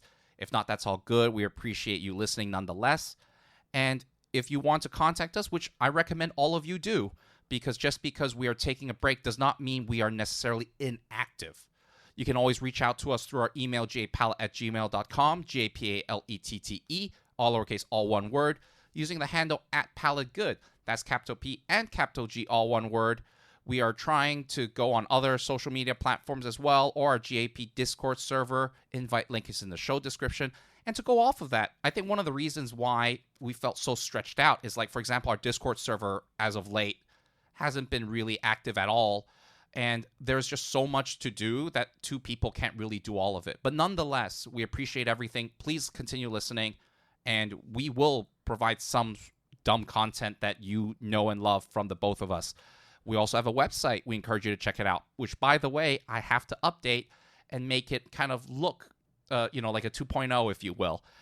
We have plans for that, or at least I'm telling Will now for the first time that I have plans to probably change the website to make it all snazzy and snappy. Long overdue. It's been the same since 2021. I mean, the fact that it has rules that we don't even do anymore for our season finale, it's just okay, fine. It still has my quote about Bible Black on it. Oh, and that will stay there. That'll never change. That'll never change. www.goodanimepalette.com, all lowercase, all one word, is our website. Music credits for this episode: saying goodbye, saying sayonara to season 8's music theme. Our intro music is Married to the Light by oomiee. Our break music is Green Summer Waves by Qeeo. And our outro music is Weeping by Cushy. You can support the music artists that we feature by listening to them on Spotify, Apple Music, or your music listening platform of choice. Epidemic Sound provides all of our royalty-free music. If you're interested, you can sign up using the referral link in our show description. Terms and conditions apply. So, that pretty much wraps up all of Season 8 for the GAP and the beginning of our short break. I think it is a pretty interesting break because at the end of the day, man, we just needed some time off. We haven't done it in over 3 years. Yeah. We've never missed a week, and I think never missed an episode, roughly. Yeah. And I think now actually is a good time for us to recalibrate and figure out what we really want to do with the GAP in terms of the content, in terms of the direction, in terms of the potential growth of this podcast. We want to explore new types of themes. We want to explore new formats. We want to bring on more guests. But those things take time and planning, and that's what we're going to be doing for the next 1.5, maybe 2 months. Yeah, I also want to emphasize, just because we're not necessarily on the air in its entirety does not mean we're not working on this project either. It just means that we have more time and more mind space to do all those things. And also to finish anime. Yeah, I mean, fuck me. If I don't finish at least like a third of the 100 something animes, like that's fucked up. Hey, maybe I'll finally finish my winter seasonals How from about, last we year. watch Inuo, for example? Yeah, Yeah. we should do that. We should do that. We should do a lot of things. Maybe we should watch Paprika. Maybe we should. Maybe we should watch Perfect Blue. Maybe we should. So I can stop putting them in our closet cleanups. Yeah, me too. What about The Forcing us Count to of watch Monte Cristo? I should watch that too, right? So anyways, that being said, that is it for season 8 of the GAP. I am Jason. Will is Will, right? Say Yep. something, Will. Thank you. Up until then, happy Thanksgiving, Merry Christmas, Happy New Year, and we will see you all in 2025, January. We're ready to come back with a bang. But until then, we'll be off for a we bit. will be here and there. Don't Yeah. get me wrong, but for the most part, yeah. So, anything for future Jason and Will in 2025 that you want to say now, Will? Forever hold your peace. Well, we're just still going to be old cranky men who just, bitch about anime. Yeah, I mean, I don't think things like that will never change.